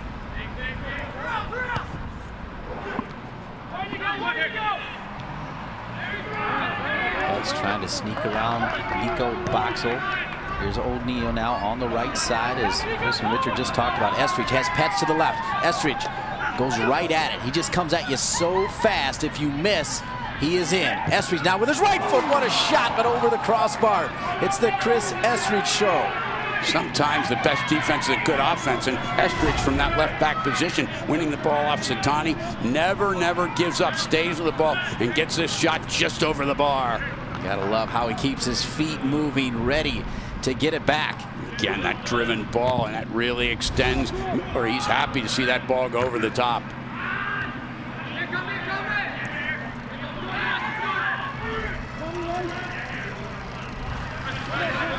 Looking at the situation, Satani back in the game. Players like Estridge not letting him get the ball, because if he can get that ball and run forward, he can create problems for the Indiana defense. Losey. Ed Masry will go over to Schickel. Overlapping run from Lakin. Cleaning it up, Jamie Womer. Here comes Nikita Kotloff. Nikita Kotloff. So hard to get the ball away from him. Wiley is onside. Kotloff wants it back. Wiley thinking about shooting, looking for support. That time, Wiley's probably got to give it back a little quicker to Nikita Kotloff. Don't think so much. Shoot the ball, Tim. That's the time when you could have surprised the goalkeeper. It's a great opportunity. Great ball by Nikita Kotloff. This is where Wiley should pull the trigger. Instead, he takes the extra dribble. Schickel back and Boffman defending him. Bouchou.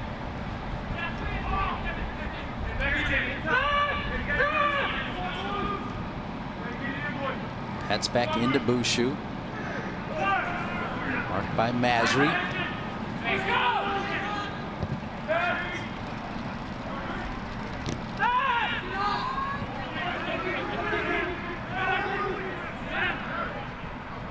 See Estridge there. He looked like he wanted to play it out wide. Takes the safe option. He's an attacking style defender. Doesn't want to take too many chances, though, in these last 18 minutes.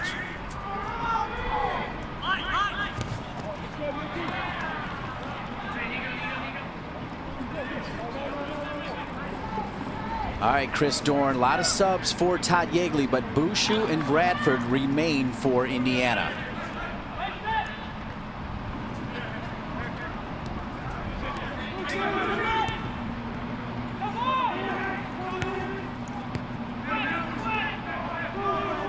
Bouchou will play it back to Softner.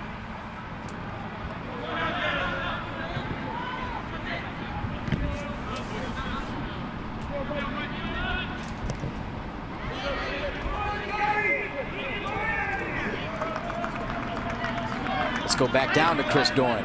That's a great tandem in the middle. They're holding down the fort.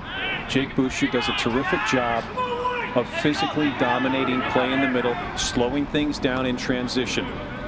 Carell Bradford, for his part, from what Todd Yeagley says, doesn't realize just how strong and how fast he is. As he comes along with the Indiana program, he'll be a big-time presence in the midfield. He's had a major impact today. I think the key to this game has been the play of Bradford and Boucher shutting down any effort from Northwestern to get through the midfield. And we see those substitutions we expected. Holloway giving him some good service. Kyle Schickel coming out of the game now. But the key is Oliver Coupe back on for the last 16 and a half. They've got to find him, and they've got to find him as far forward as possible to press the Indiana defense. When they do find him, he'll be looking for support. Nick Gendron will also check in for Northwestern. He is a player on the right side that could offer that support. A little over 16 minutes left here in semifinal number 1. Indiana on top of the Big Ten regular season champion Northwestern Wildcats 1-0.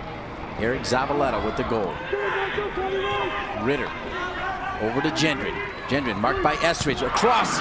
Softner gets down, gets low, gets a piece of it, and cleans it up. That's a great effort by Gendron, as we talked about throughout this game. He's dangerous getting forward. He's had a couple chances. That time he was looking for Reed Lose, who has stayed in the game. It's a very clever ball by Gendron. Doesn't have a shot. Coupe running first. Lose second, and Indiana's very fortunate there. Good work by Gendron.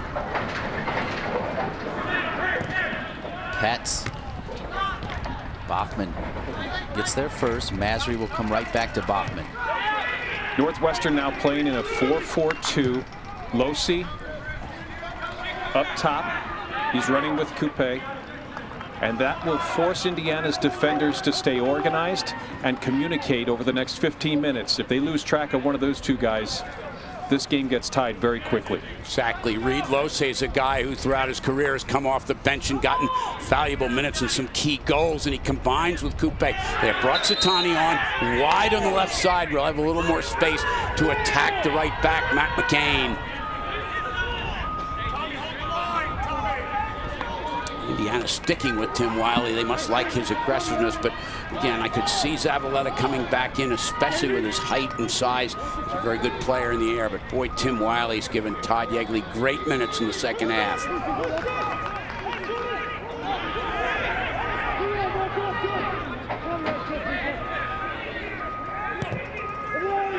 Boxel, big right foot, looking for Bachman, gets a head on it. Coupe on the turn. Kotloff there in support.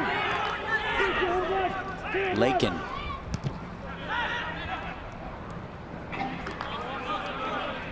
Masry back to Lakin. Satani. Losey. Satani. Now Ritter. Harrison Petz able to step in on Boxel. Harrison Petz shoulder to shoulder. Boxel wins it back. The big, strong freshman from New Zealand.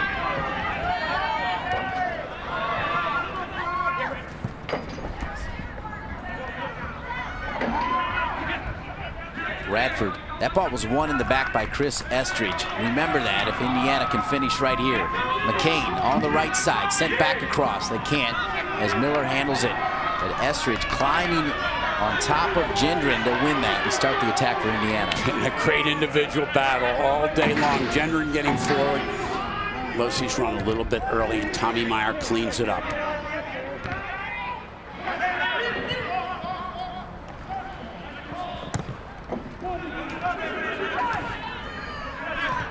Ritter will step up. Ritter will take a look. Satani's there, touches it into space. Satani could shoot right here. Back to the left, Satani. What a great move, deflected off, and it's an own goal on the clear. It's tied at 1.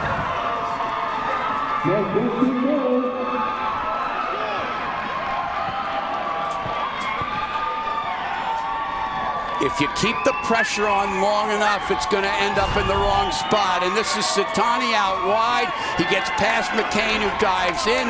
He beats Konstanski. The ball goes bounding off defender. Softner off Meyer. And just that pressure that Tim Lanahan wanted, keyed by his moving Satani to the left side, is what opens it up. And Todd Yeagley has to be disappointed, but his team sitting back. Now they've got to open up.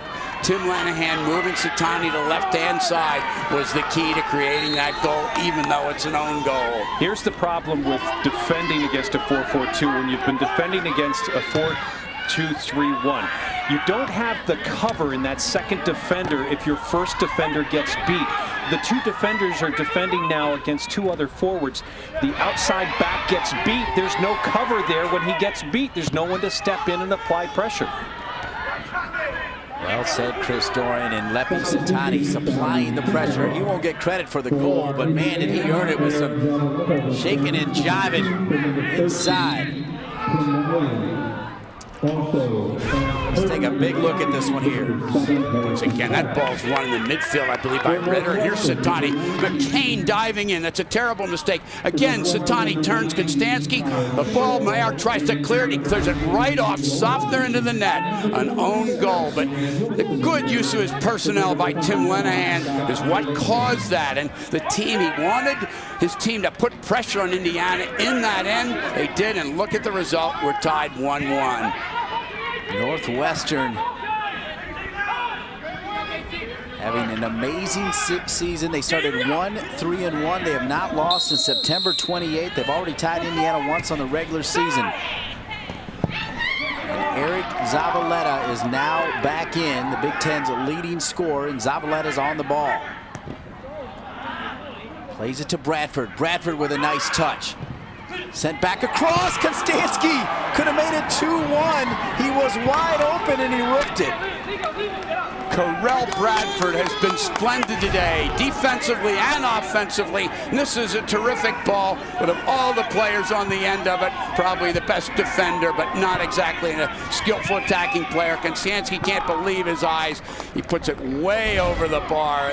A tough chance. He's not used to being in that position. Caleb Konstanski Scored a lot of goals in high school as an attacking midfielder, but Caleb Konstanski actually in the spot that we talked about in the first half. Indiana's got to attack the far post. When they do that, they're able to get through and find chances. I forgot about the other more important part. You have to finish the play at the far post to be successful.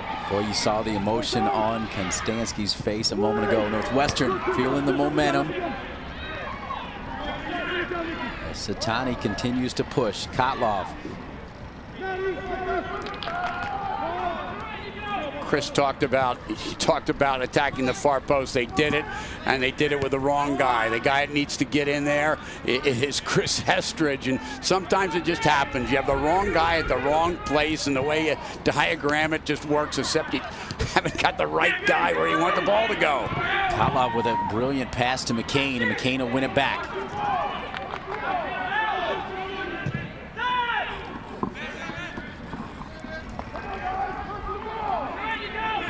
Five shots on goal here in the second half for Northwestern as they've willed themselves back into this one. They have, and they've pushed the ball forward, and they've also gotten the midfield players in. Nick Gendron getting in. Satani moved out wide getting in. That's been the difference. Sent back in. Kotlov on the turn.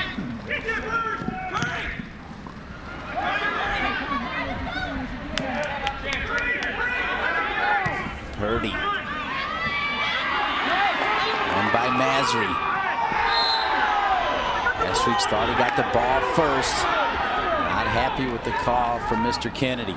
Chris Estridge still probably wishing he was the guy there with that ball for Caleb Konstanski. Great recovery. Comes definitely from behind after Masry makes a good defensive play. Chris Estridge upset about that, but he should be probably thankful that he can get a yellow card for a tackle from behind.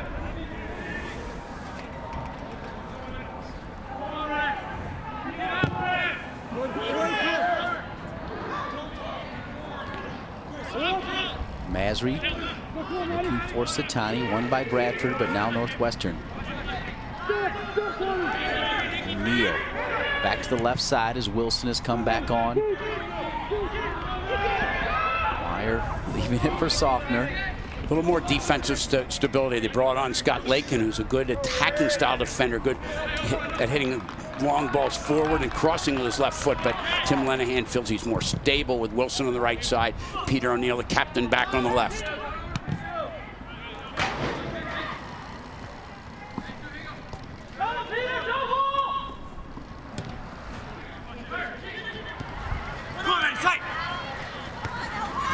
Satani. Satani, who was able to get through McCain and then around Konstanski. His shot deflected back, softener off of Meyer and in the back of the net. That's how we're tied at 1 as Northwestern matches the first half goal. The Big Ten leading scorer, Eric Zavaleta. Zavaleta on it now. He'll chest it to Purdy. Purdy's got Nikita Kotloff. Kotloff coming in support is Vollmer.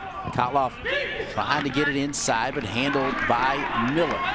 Nikita Kotloff getting a little more into the action. He's been such an effective player for Indiana the second half of the season. He's not had a lot of touches, especially in the first half. He's getting more involved and get some tired legs on defense. Nikita Kotloff is the type of player who can exploit that. Gendron to Ritter. Ritter surveys, looking for a white jersey to come forward. Couldn't find one as Kotloff closed in. Ritter will get a second opportunity. Wilson booms it right to Sofner. Too easy that time. Wilson's got to do more with that ball. He's very good defensive presence. Doesn't give him the attacking presence that Peter O'Neill would down the left side.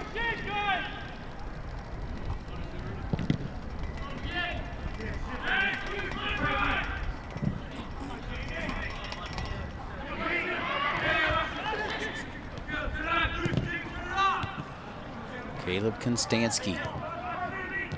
Nikita Kotloff looked like a handball. They will get it. No, they won't. Kennedy waves it off. Looked like the assistant referee also saw the handball. The assistant coaches Ernie Yarbrough and Brian Masonoff saw that. They've been a great asset to Todd Yeagley's program. They provide a lot of encouragement, a lot of good training for the team, and they really support their players. Kotloff back to Bradford. Zavaleta wanted it at his feet.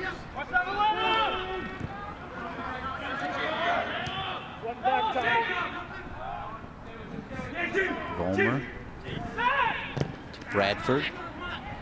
Gendron will get it to Satani. Satani with Vollmer all over. Tries to release Oliver Coupe and Tommy Meyer. Could be an interesting ball. Sofner comes out.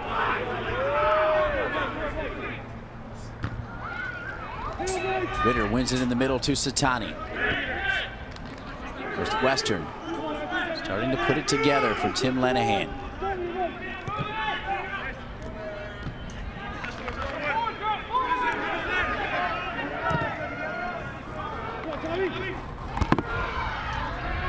Ritter.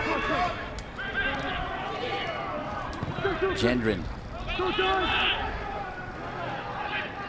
Satani, how does he keep the ball at his feet? Still does. Satani.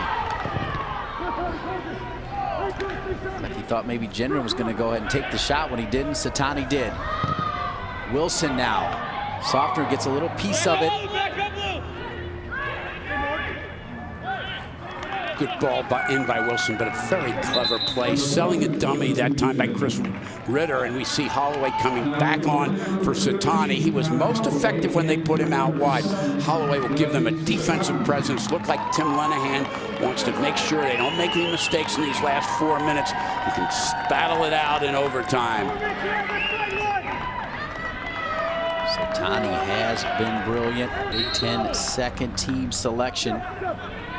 Go to the bench with Tim Lenahan.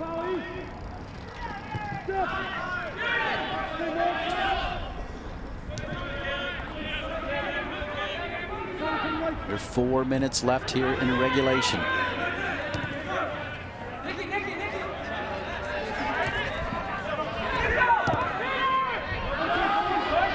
Coupe able to shield off Meyer. Wants to go back to his right foot. He does. Leaves Meyer behind. What a matchup, Oliver Coupe and Tommy Meyer.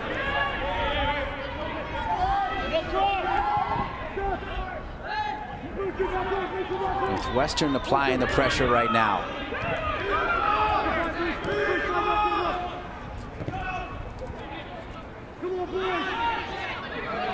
Indiana just absorbing the pressure Northwestern's applying right now.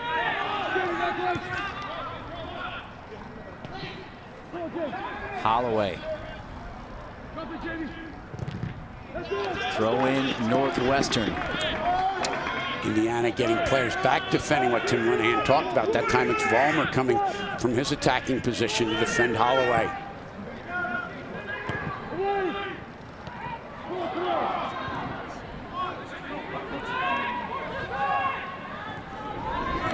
Tied at 1 here at Michigan Soccer Stadium. Semifinal game number 1, Indiana Northwestern. Nikita Kotloff is in the 18, back to his left, and he will earn the corner kick for the Hoosiers. These restarts are very dangerous at the end because you've got tired legs, and it's really important to focus at the end, not just the goalkeeper Tyler Miller, but all the Northwestern defense. Todd Yeagley getting some instruction on this corner kick as Purdy will handle it. Purdy moving far side. It's Konstanski who gets his head on it. It'll fall to Estridge. Estridge back in. Estridge clipped right there. Yeagley wanted the call as Estridge went down.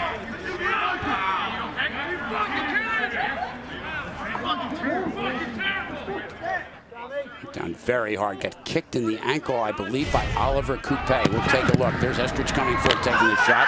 You can hear this.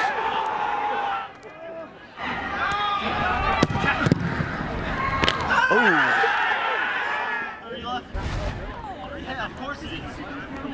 You can hear that pop right there. Todd Yeagley's left back, Chris Estridge, with his hands to his face.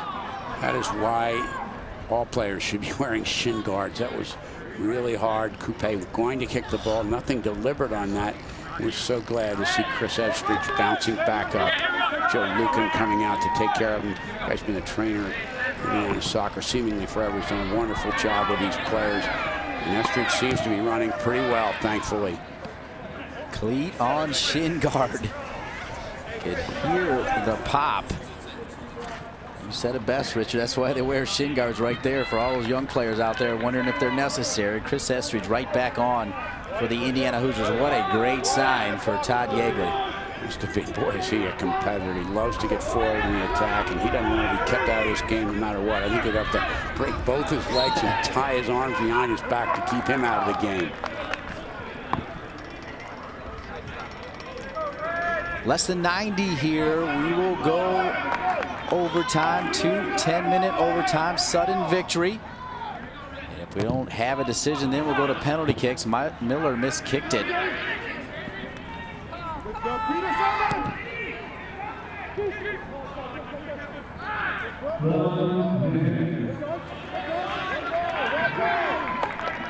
Less than a minute.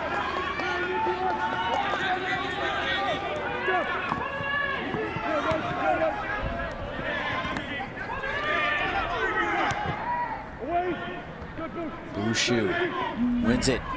Nikita Kotloff. Indiana scored in the final seconds of the first half against Ohio State last Saturday. Everybody coming forward. Caleb Konstanski, Chris Estridge.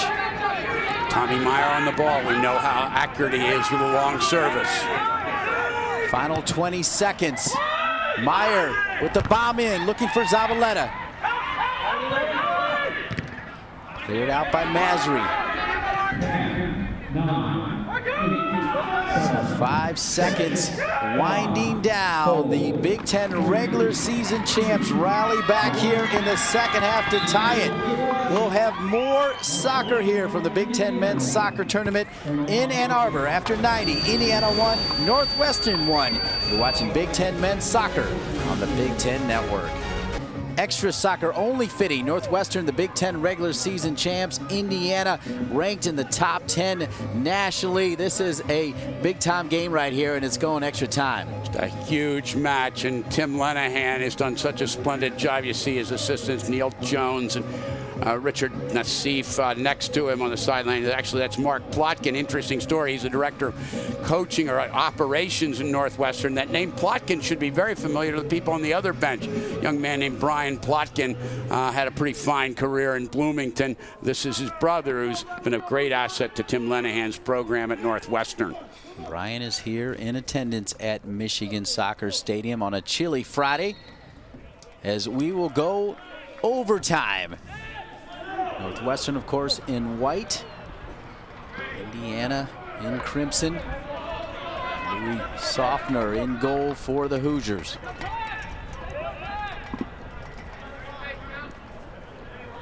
We brought up the fitness issue earlier in the second half, and now as we enter overtime, which team is stronger? The team that sat for 6 days, the Northwestern Wildcats, or is it Indiana, the team that had a tough match just 2 days ago? Tough match against Michigan State. They're able to survive by a score of 2-1 to move on. Which team is fitter? Which team is deeper? Indiana's the deeper team, so this will be a real test of Northwestern's fitness. They haven't used as many players. They're not as deep as the Hoosiers. McCain trying to get it into Zavaleta. Boxall with the bottom of his cleat cleared it. Masri boxing out. Kotlov. Doesn't matter right or left, but right to Miller. Excellent positioning by Tyler Miller. Tim Lenahan's had a lot of very good players who had great careers here. None of them have really yet made an impact in the pros. This guy could be the first one in a couple of years. He's got professional goalkeeper written all over him. Miller will be trying to chase down the big cat, Misha Rosenthal, who's got 30+ shutouts for Northwestern. Was a great goalkeeper for Tim Lenahan. Miller could break those records. Outstanding career, Misha Rosenthal, and Tim Lenahan's had some very fine players come out of this program. Didn't quite make it in MLS. Mark Blades, Drew Ratner, Carl Pett, David Roth, Brad North. Some of them played briefly, but none of them had the major impact. Zavaleta.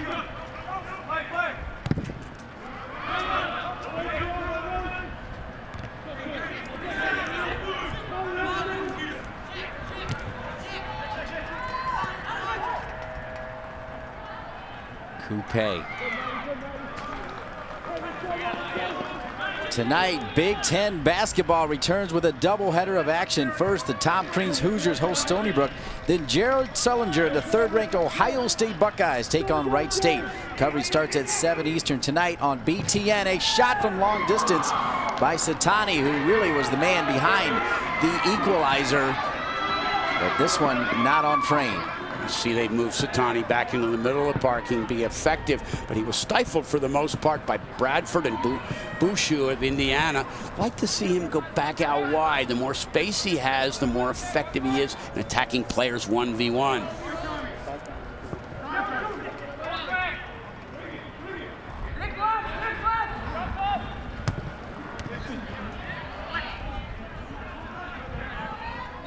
Satani, how does he win that ball? Never gave up on it with Bradford all over him, as well as Estridge. Now Gendron has some space because Estridge came over to try to help on Satani. So Bradford is now on Gendron. Bradford pushes down Gendron, and because Gendron stays with it, no whistle. This one will fall to Satani. What a shot, but just a little bit too high. Satani dialed it up, got some movement on the ball, but it sailed high.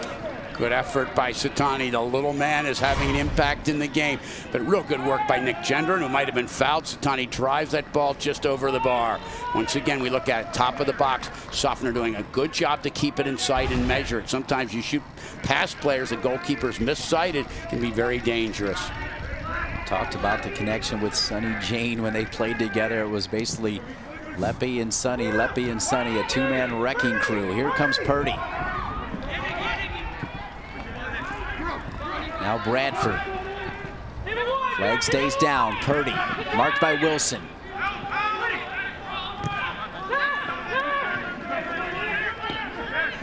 Gendron. Nikita Kotlov, what a cut. One too many cuts though. Falls back to Bradford.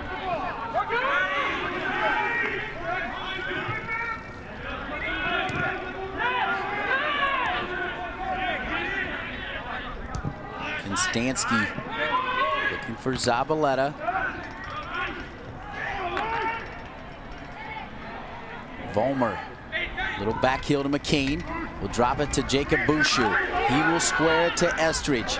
Gets away from Chris Estridge.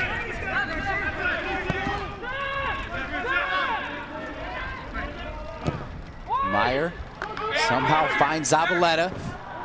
He went to a back heel as well to Vollmer.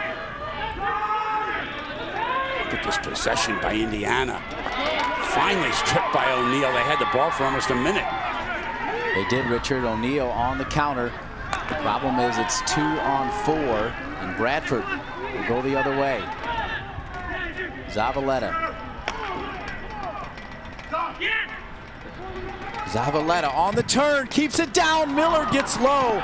Eric Zavaleta sat out a lot of the second half, back on there, and he's dangerous. We talked about Will Bruin. He's a completely different player. Bruin was a guy run on the ball. Zavaleta so quick, and he has very, very quick feet, soft feet, great touch for a big man, keeping that ball low. Once again, Miller does a really good job of keeping the ball in view so he can go down low, collect the shot from Zavaleta. Eric Zavaleta, 10 goals, 5 assists, the points leader for the Big Ten. He's just a freshman.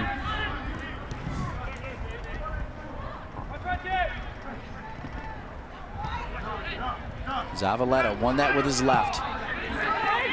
Purdy to the end line. Purdy goes near post, wanted the corner kick as Purdy spun Wilson to the ground. Good effort by Purdy, gets by Wilson. Falling, he tacked the front leg, did Purdy, but he needs to bring that ball across. I know what he was thinking. He's trying to get that, slip it in near post. You're not going to beat a good keeper like that. He had players at the doorstep if he brought it back across the middle.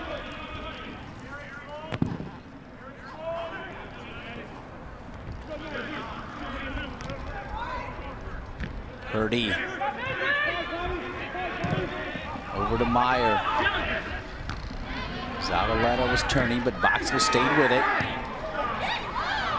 3 minutes left here in the first overtime. Estridge back to the ground again.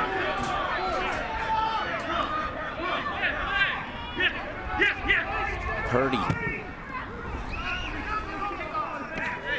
How about the super scores in the match, and they are delivering. Eric Zavaleta, 10 goals and 5 assists. Look at all those players playing today. A lot of people capable of getting the golden goal or the winner in overtime. Purdy.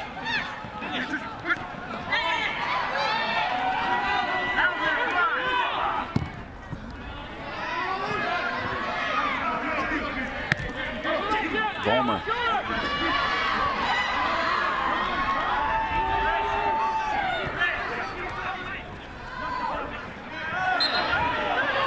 Fouled by Bouchou. A little bit anxious, Jacob Bouchou. Not a good foul that time because Indiana's had so much possession that Coupe's had to come back in the defense, and now he has to come to the midfield and get it, and Bouchou takes him down. Northwestern with a chance to gain possession, maybe serve a long ball in the attack, which is where Tim Lenahan wants it.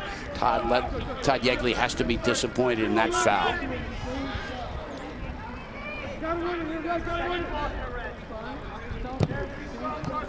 Nico Boxell.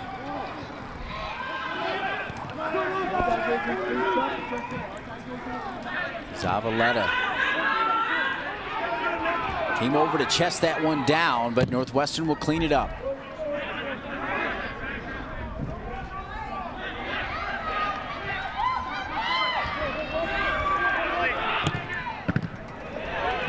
Bouchou.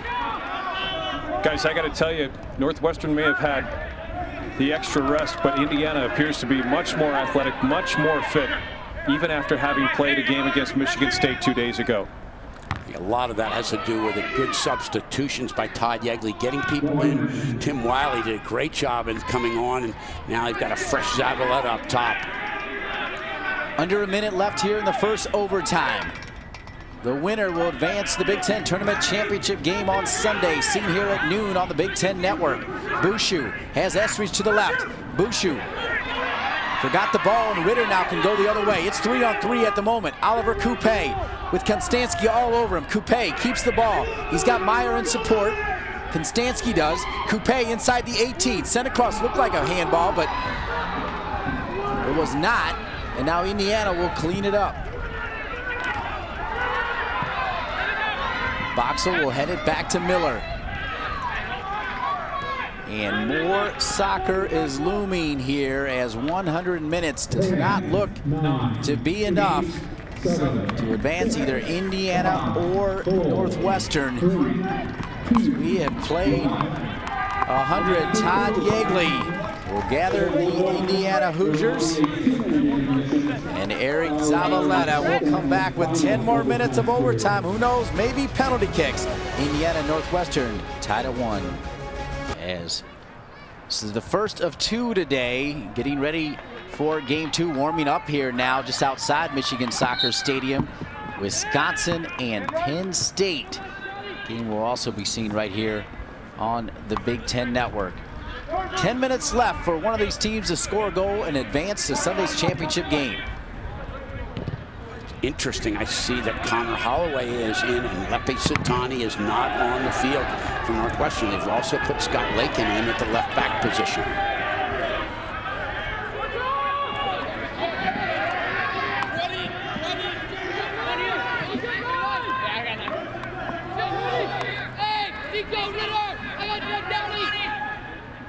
Hoosiers send the long throw in from Vollmer, one of the best in the business, right in front of Konstanski. And a second opportunity, now a third. Konstanski still in there, determined to get one. If you remember in the second half, right after Northwestern scored, Konstanski had the sitter that he was not able to finish. Jared Boffman got a shot during that melee in there, and Caleb Konstanski is just very, very frustrated by that.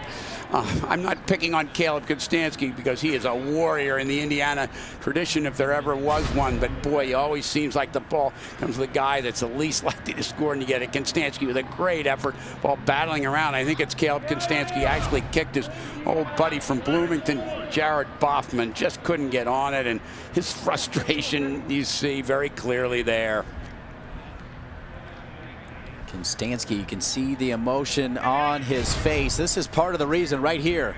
It's again Konstanski. This was earlier in the game in regulation. He's open at the far post. Chris Dorn talked about being available, and that's Estridge at the far post. Maybe we aren't still playing, but Caleb Konstanski, that's not his job. He's not a goal scorer. He's a guy that keeps it out of his own team's net. He has been a remarkable story, basically coming and just earning everything he's got. But he's not the guy that's going to win this game for the Hoosiers. They've got to look up front. Zavaleta's the man they need to find as much as possible, and Nikita Kotloff. Lakin, who back off the bench between overtimes for Tim Lenahan.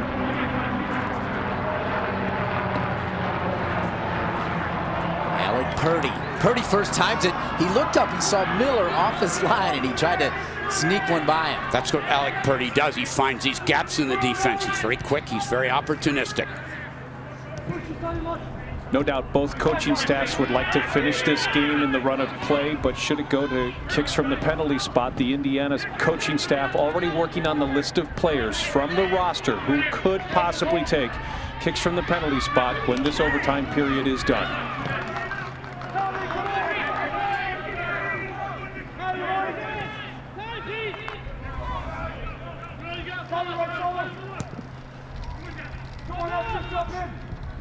Holloway stays in, as Richard Broad pointed out. Lepe Sitani still on the bench for Northwestern. Kotloff with one slice, trying to get by Ritter. Talked about the job that Bradford and Bouchou have done at the front of the defense and in the deep midfield for Indiana. What a job Ritter's done, and Masri alongside him, and Holloway in that same role for Northwestern. No doubt about it. They deserve equal billing, Richard, and that's why it's tied at 1. Northwestern Wildcats did not lose a game in the Big Ten, just a couple of ties to Michigan State and Indiana. And that is not done every year. What a great job by Tim Lenahan to go undefeated in Big Ten regular season play. Done a good job, especially after they started so slowly. The team never lost faith. They believe in the coaching staff and what they do. Tim Lenahan has done a marvelous job in Northwestern recruiting the type of players that fit the Northwestern style. Not the same players necessarily recruited by Indiana or Ohio State or Wisconsin, but players that are right for Northwestern. That includes Jared Boffman as they send it up, looking for Holloway.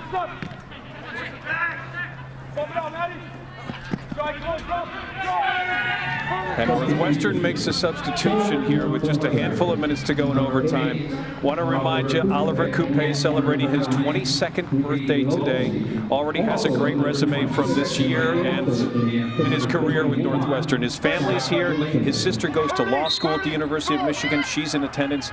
This is a big day for a birthday boy. Can he cap off the day's celebration with a win this afternoon against Indiana? He would take a game winner to celebrate his birthday. Comes in with 7 goals on the season. Had 10 last year for Tim Lenahan. Which has been very balanced at Northwestern. Coupe is the man they look to launch the attack, but they've had a lot of other players contribute to their success. Team effort. The whole with Tim Lenahan's team, always much more than the sum of the individual parts.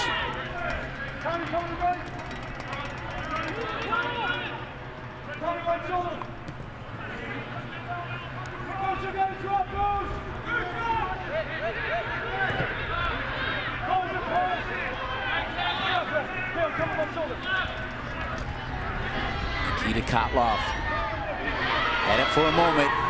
Masry will win it. Schickel. Litter will give it to Schickel again. Schickel near the end line, sends it across, and Louis Softner handles it. 5 minutes left. Really good play by Chris Ritter. He's not in a position to get it in. Gets to Schickel. Schickel gets in that cross, which was well handled by Softner. Zavaleta looks up, has Purdy and Vollmer. Boffman on the mark of Zavaleta.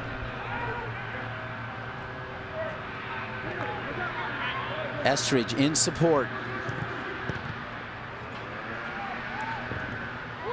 Zavaleta keeps it alive. It was Masry who headed it to Schickel.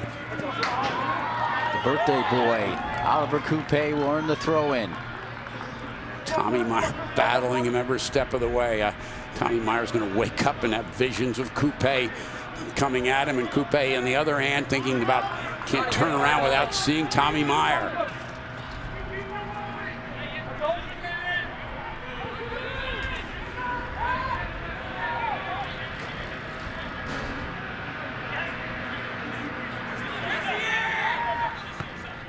Penalty kicks looming here. Semifinal number 1, the Big Ten men's soccer tournament from Michigan Soccer Stadium. Zavaleta right around Boffman. O'Neal comes over in support. So does Boxel. Zavaleta.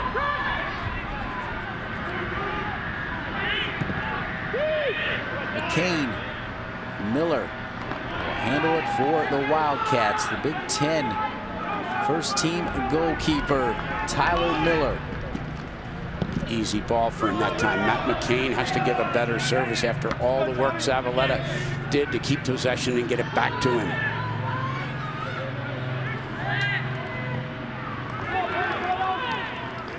Michigan Soccer Stadium, Big Ten tournament, semifinal number 1, number 4 seed Indiana, number 1 seed Northwestern.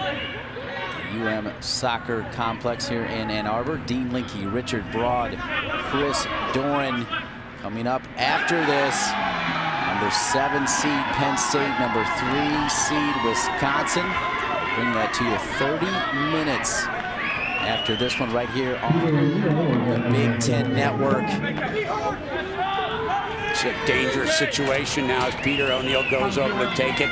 Just about 2 minutes left in overtime. Good job by Holloway to force that ball, knock it off Konstanski. Here's a corner. Where's the big man, Oliver Coupe? O'Neal with 5 assists on the season. He would take number 6 gladly right here. Driven in, over the head of Gendron. Boxel will play it back to Schickel. Schickel with a fake. Schickel with the shot, but cannot get it on frame. Great position at the top of the box for Kyle Schickel. The ball comes out, but he has to take that extra touch, and that's what denied him the chance. He wanted to get the perfect shot, just get it off. Maybe it bounces off somebody, maybe you get a chance, but if it doesn't get there, you have no chance. Nikita Kotlov, great effort. Kotlov, he was going to try to keep the streak alive. 6 goals in 7 games, hoping to make it 7 and 8. And that was so close. That ball just seemed to go right across the line. I don't know how it managed to get in, nor does Nikita Kotlov. He goes down, he gets past Boxall, he runs in, Miller comes out, he slips it across, and I don't know how close you can come. Not even quite sure how he got between Miller as Purdy with the left foot over the crossbar.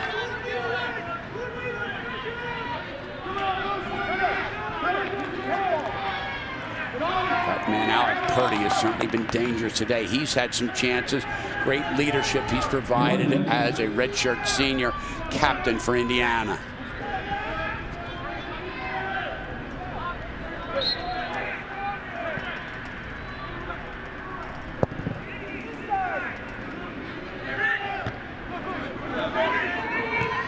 Vollmer. Boffman clears it long. 30 seconds left here. We could be going to penalty kicks to find out whether it's Indiana or Northwestern in Sunday's Big Ten championship game.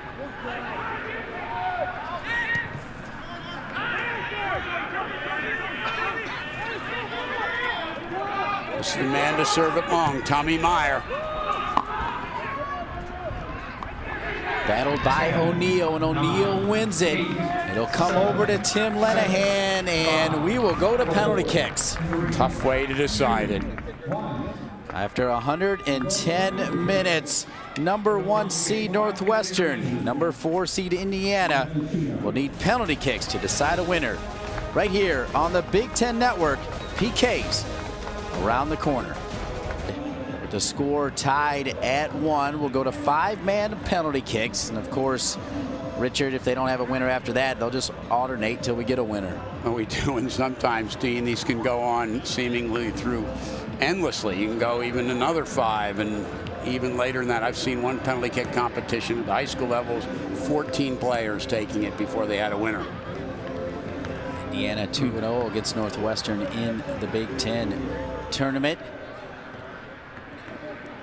Guys, this could be very interesting. Both teams' coaches have chosen at least one player who hasn't been on the field in the last 15 or 20 minutes. Reed Losey for Northwestern. A.J. Corrado is warming up, though I don't know if he's been named as one of the first 5. And so both of these coaches with tremendous trust in those players as penalty kick shooters, certainly. But having sat on the bench for the last 15 or 20 minutes, the question is raised, are they a little chilly? Are they into the rhythm of the game, so to speak? It's an excellent point, Chris, and it's cold down there, and the kind of player like Losey or Corrado, who've seen very little action today, come off the bench. These coaches know what they're doing. They didn't just decide just 10 minutes ago. But I will tell you, this is so random on corners. When I was at George Mason one year, we were in the state final playing Virginia. We had a week to prepare. Every day we took penalty kicks after practice. Who do you think won penalty kicks, us in Virginia? Well, you already know the answer to that. After I went up to Bruce Arena, he told me we didn't practice one penalty kick all day long, but sorry that we came out with a championship. So it is very, very random, and it's a tough, tough way to decide. That man right there, Oliver Coupe, not in the mix. Well, the 10 players who are available for kicks will go to the midfield stripe. What's interesting is that from a competitive standpoint, you don't know which of the 10 will be the first 5 shooters. Obviously, we're figuring that Eric Zavaletta's on the list to take the first one for Indiana. Tell you something, I don't know, I haven't watched some saved penalty kicks, but I really like Tyler Miller. He is very quick and very agile low, and wouldn't be surprised if he came up with a couple of saves. Eric Zavaleta, the Big Ten Freshman of the Year, the Big Ten's leading scorer, now with 10 goals to lead all scorers He'll take the first penalty kick for the Hoosiers, and it's Miller gets a piece of it. And Richard Braun, you just said it, the Agile Miller with a big save right off the bat. Zavaleta got that ball up a little bit, but Tyler Miller is very, very quick, and he shows it here. You usually have to guess, and he did guess the right way. There are certain keys that you have on penalty kicks. One is looking at the type of body that the player has. A big player is more likely to pull the ball, as Zavaleta did there. You also look at the position of the support foot at the last minute. And again, also the leaning of the body. Those three things you look for. You say don't guess, but really if the player puts it where he wants, you don't have much of a chance. Miller guessed right. Reed Losey now for Northwestern, keeps it down, and Northwestern on top of PK's 1-0. They'll go 5, but Northwestern with an early lead. And I guess Reed Losey didn't get too cold on the bench, no doubt about it. Left foots it in, right past Softner, is diving the other way. The other player, as Chris Dorn pointed out, that came off the bench to take penalty kicks, will get ready to take it now for Indiana. A.J. Corrado. Corrado with the right foot, and it's Miller again. Tyler Miller showing why he's the Big Ten first-team goalkeeper. 6'4", 6'5", and he gets to the ground very, very quickly, as he did here. Corrado trying to turn it. Maybe he read it. I don't think he guessed. I think he read this one, looking for a sign, maybe the body position of Corrado, and a great save by Miller. It's a lot of pressure on Indiana now. The New Jersey boy coming up big for the New Jersey coach. Now the Wildcats with Ritter trying to make it 2-0. Ritter steps right over it, and 10 feet over the crossbar gives Indiana hope. At the end of the second round. Almost looks like he stumbled when he went to hit that ball. He looks to be a huge divot right there, and he looks like he just lost his footing. You can see him glancing back, and you want to get that ball on the frame. I've seen balls just sort of just roll over the goal line when the keeper went the wrong way, so it's important to keep it on the frame here. Western, 1-0 lead on penalty kicks. Tommy Meyer steps forward. Tommy Meyer will miss. 3 penalty kicks, 2 saves, and a miss for the Hoosiers. Dean, I have to wonder on that because Tyler Miller has saved 2 balls by going to his right. This time he goes to his left. Meyer, thinking maybe he always goes the one way, perhaps hits it over the bar. You have to make the keeper make a save, and you can see the expression on all the Hoosiers, especially Nikita Kotloff, as that ball goes high. Both these teams yesterday training. Northwestern ended training with PKs. Kyle Schickel, and a big save from Louis Softner. Are you kidding me? We have gone 3 rounds, only 1 has made it in the back of the net. One of the keys is keeping the ball down, and that is the right height range for a goalkeeper. Doesn't want it up too high and down too low, and Softner comes up big.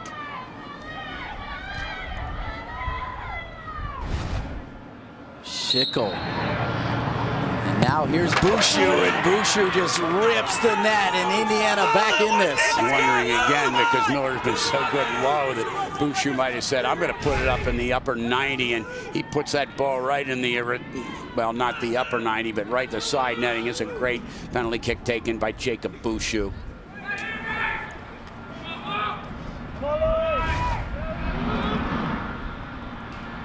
See it right there, tied at 1. The back end of the 4th round. O'Neal, the captain, with the right foot, and O'Neal with the fist pump makes it 2-1 after 4 rounds. That means Alec Purdy has to make this. No doubt about it. He's had a great game today, Peter O'Neal, and he's confident. He knew where he was going, didn't change his mind, and that's often the best approach. Because if you hit it right, you hit the side netting, you're going to score. The Kansas boy with the fist pump. Alec Purdy must score this to keep Indiana in it. Purdy, the captain, sent across. He calmly, confidently puts it in. He has had a great senior season, and it's only appropriate that he convert his penalty kick. And again, going up high, no chance for Tyler Miller that time. Maybe the most difficult one of all that we've seen for the keeper to save. And Purdy now goes back to Louis Softner to give a little bit of encouragement. It's the Bloomington boy, Boffman, who can win it for the Wildcats. I was just going to say exactly that. Wouldn't that be irony if the Bloomington man takes the Bloomington team out of the competition?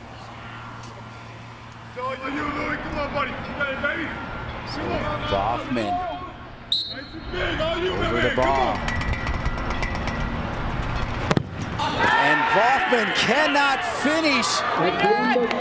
Boffman could win it against the Indiana Hoosiers, but the Bloomington man, feeling the pressure, mishit it. So many times I've seen in penalty kick competitions, the team that goes out in front doesn't put it away. And this was the chance that Northwestern had to put it away, and now we run deeper into the penalty kicks with more players, and so you're less likely to have players that are good at penalty kicks the further we go. So we are all even. Indiana missed their first three, but now Harrison Petz will take it, and it's Miller again with the save, and Northwestern can win it again right here. 6'5" and quick as a cat. I was going to say he's better by diving to his right. Didn't do too bad to his left this time. Right or left, Miller, and boy, the agony on the face of the Hoosiers. And for the second time, Northwestern can win it.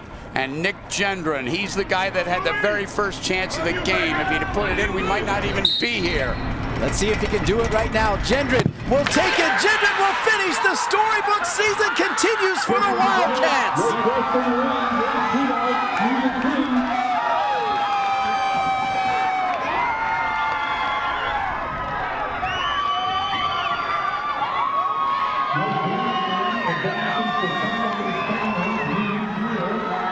Nick Gendron coming back made all the fans in purple cheer today. He had a couple chances early on. He had a great game. He did it the hard way, didn't he? He finished it with authority. The dramatic penalty kick, nothing Sofner could do. The shirt over the head. Northwestern undefeated in the regular season. A big win to advance to Sunday's championship game. Well, they've earned their way, and they've had a marvelous season. And again, as you say, Dean, nothing Louis Sofner could do. But Indiana's had a great season, too, and they're going to have a lot of soccer to play after this in the NCAA tournament. Jubilation for the Wildcats, but they know their work is not done. Yes. Handshakes here between the Indiana Hoosiers, who aren't done playing soccer. They will get a high seed in the NCAA tournament, but Tyler Miller delivered for Northwestern. You look at that man, Nick Gendron put the final one away. Without that guy, Northwestern doesn't win the penalty kick competition. Without that guy, they're not in the finals, and they're not winning the Big Ten regular season championship. He has been sensational. Hands in the air for number one, Tyler Miller. And let's go down to Chris Doran. Dean, thanks very much with Coach Tim Lenahan and Nick Gendron. Congratulations. A special moment this afternoon, Coach. Yeah, I mean, we battled back from a one-goal deficit as we've done, the last in our streak, I think 4 times. We did a great job battling and hanging on. This is a great team, after 2 games, it's been all even. So I thought Tyler was spectacular in the penalty kicks. And we needed somebody to step up big, and that's why this guy came here when the moment happened. And we'll talk to Nick in just a moment, but I heard one of your assistant coaches said, at least we have the best goalkeeper right before the shootout started. Yeah, I mean, we were very confident in him and in his ability, and just, we haven't really done many PKs, but watching him in practice yesterday, as you were there, I was like, oh my God, this guy's pretty good at PKs as well. So it's very good. He's very solid, very confident. Nick, tell me what was going through your mind as you got set to take that penalty kick. I was just hoping I had a chance to win it. Tyler made a great save before I stepped up, and that was my job, just put it in the net and stepped up, cleared my mind. Just did my job. I'm not going to ask you where the black eye came from, but that's the warrior look that most Big Ten players have. You guys put a lot into this afternoon's game. You had the chance, actually, to finish off Indiana earlier in the match. Did you feel like you had to get redemption and finish that penalty kick? I guess we had them on the ropes a little bit early. We had a couple good chances, and then they kind of settled in, let them play, but it's always nice to be the one that ended after hitting the bar. So. Pretty special to drive over here from Chicago and have the regular season trophy on the bus, and then to be able to have the shot at the tournament trophy too, isn't it? Absolutely. I mean, that's what you come here for. That's why I decided to come here. I want to win Big Ten championships and just living the dream right now. So yeah, you are living the dream. That's right. You get that highlight for the team. But there were a lot of guys who contributed this afternoon. Tim, talk a little bit about some of the guys. Actually, the whole roster. I mean, you had a lot of bodies going in and out. Indiana's great, and you know, especially on the attacking end, to be able to kind of deal with their stuff. Nikita gave us a scare there with a minute left or whatever. But, you know, I thought our back four has been solid. You know, Tyler manages the game so well. But when we were down a goal, you know, we brought in some guys. Scotty Lakin can push it on the left. Reed Losey comes in to give us another extra thing. And then Leppy made a great play. I don't know if it was scored an own goal or not, but it was an earned own goal if it was, because he made the play on that one to get us back in the game. Yeah, well, the coaching decision you made, the personnel changes you made coming out of that TV timeout were pretty special. Going with the 4-4-2 and getting your stars back in there, that was a big move. Yeah, I mean, we've run that same rhythm all the time. It's not like I had to come up with a genius play. You know, we have a really fast left-sided defender on the bench that can get forward. We have another forward that can, you know, score goals up top. So it's not rocket science when you know, we had the personnel to do those things, and we've done it. This is the fourth time now we've done it, you know, against Michigan State, against Notre Dame, against Indiana the first time, and again against Indiana the second time, all with the same results. So Tim, congratulations to you. Nick, congratulations to you, to Tyler Miller and the rest of the crew too. Okay, congratulations. We will see you on Sunday as the storybook season continues for the Wildcats. We go back upstairs to Dean Linke. All right, Chris, living the dream. Nick Gendron said it best, and with this finish, the dream continues for Northwestern. Certainly did. Nick Gendron started it all off by hitting the bar. It's only appropriate he finishes this, and Tim Lenahan gets a big victory. But the guys that said it right were the assistant coaches. We've got the best goalkeeper, and Tyler Miller is one of the best in the entire country. He showed it today. And he's just a freshman. Celebration for the team in white, the Northwestern Wildcats, with a big win over the Indiana Hoosiers. They'll play in Sunday's Big Ten championship game, and we'll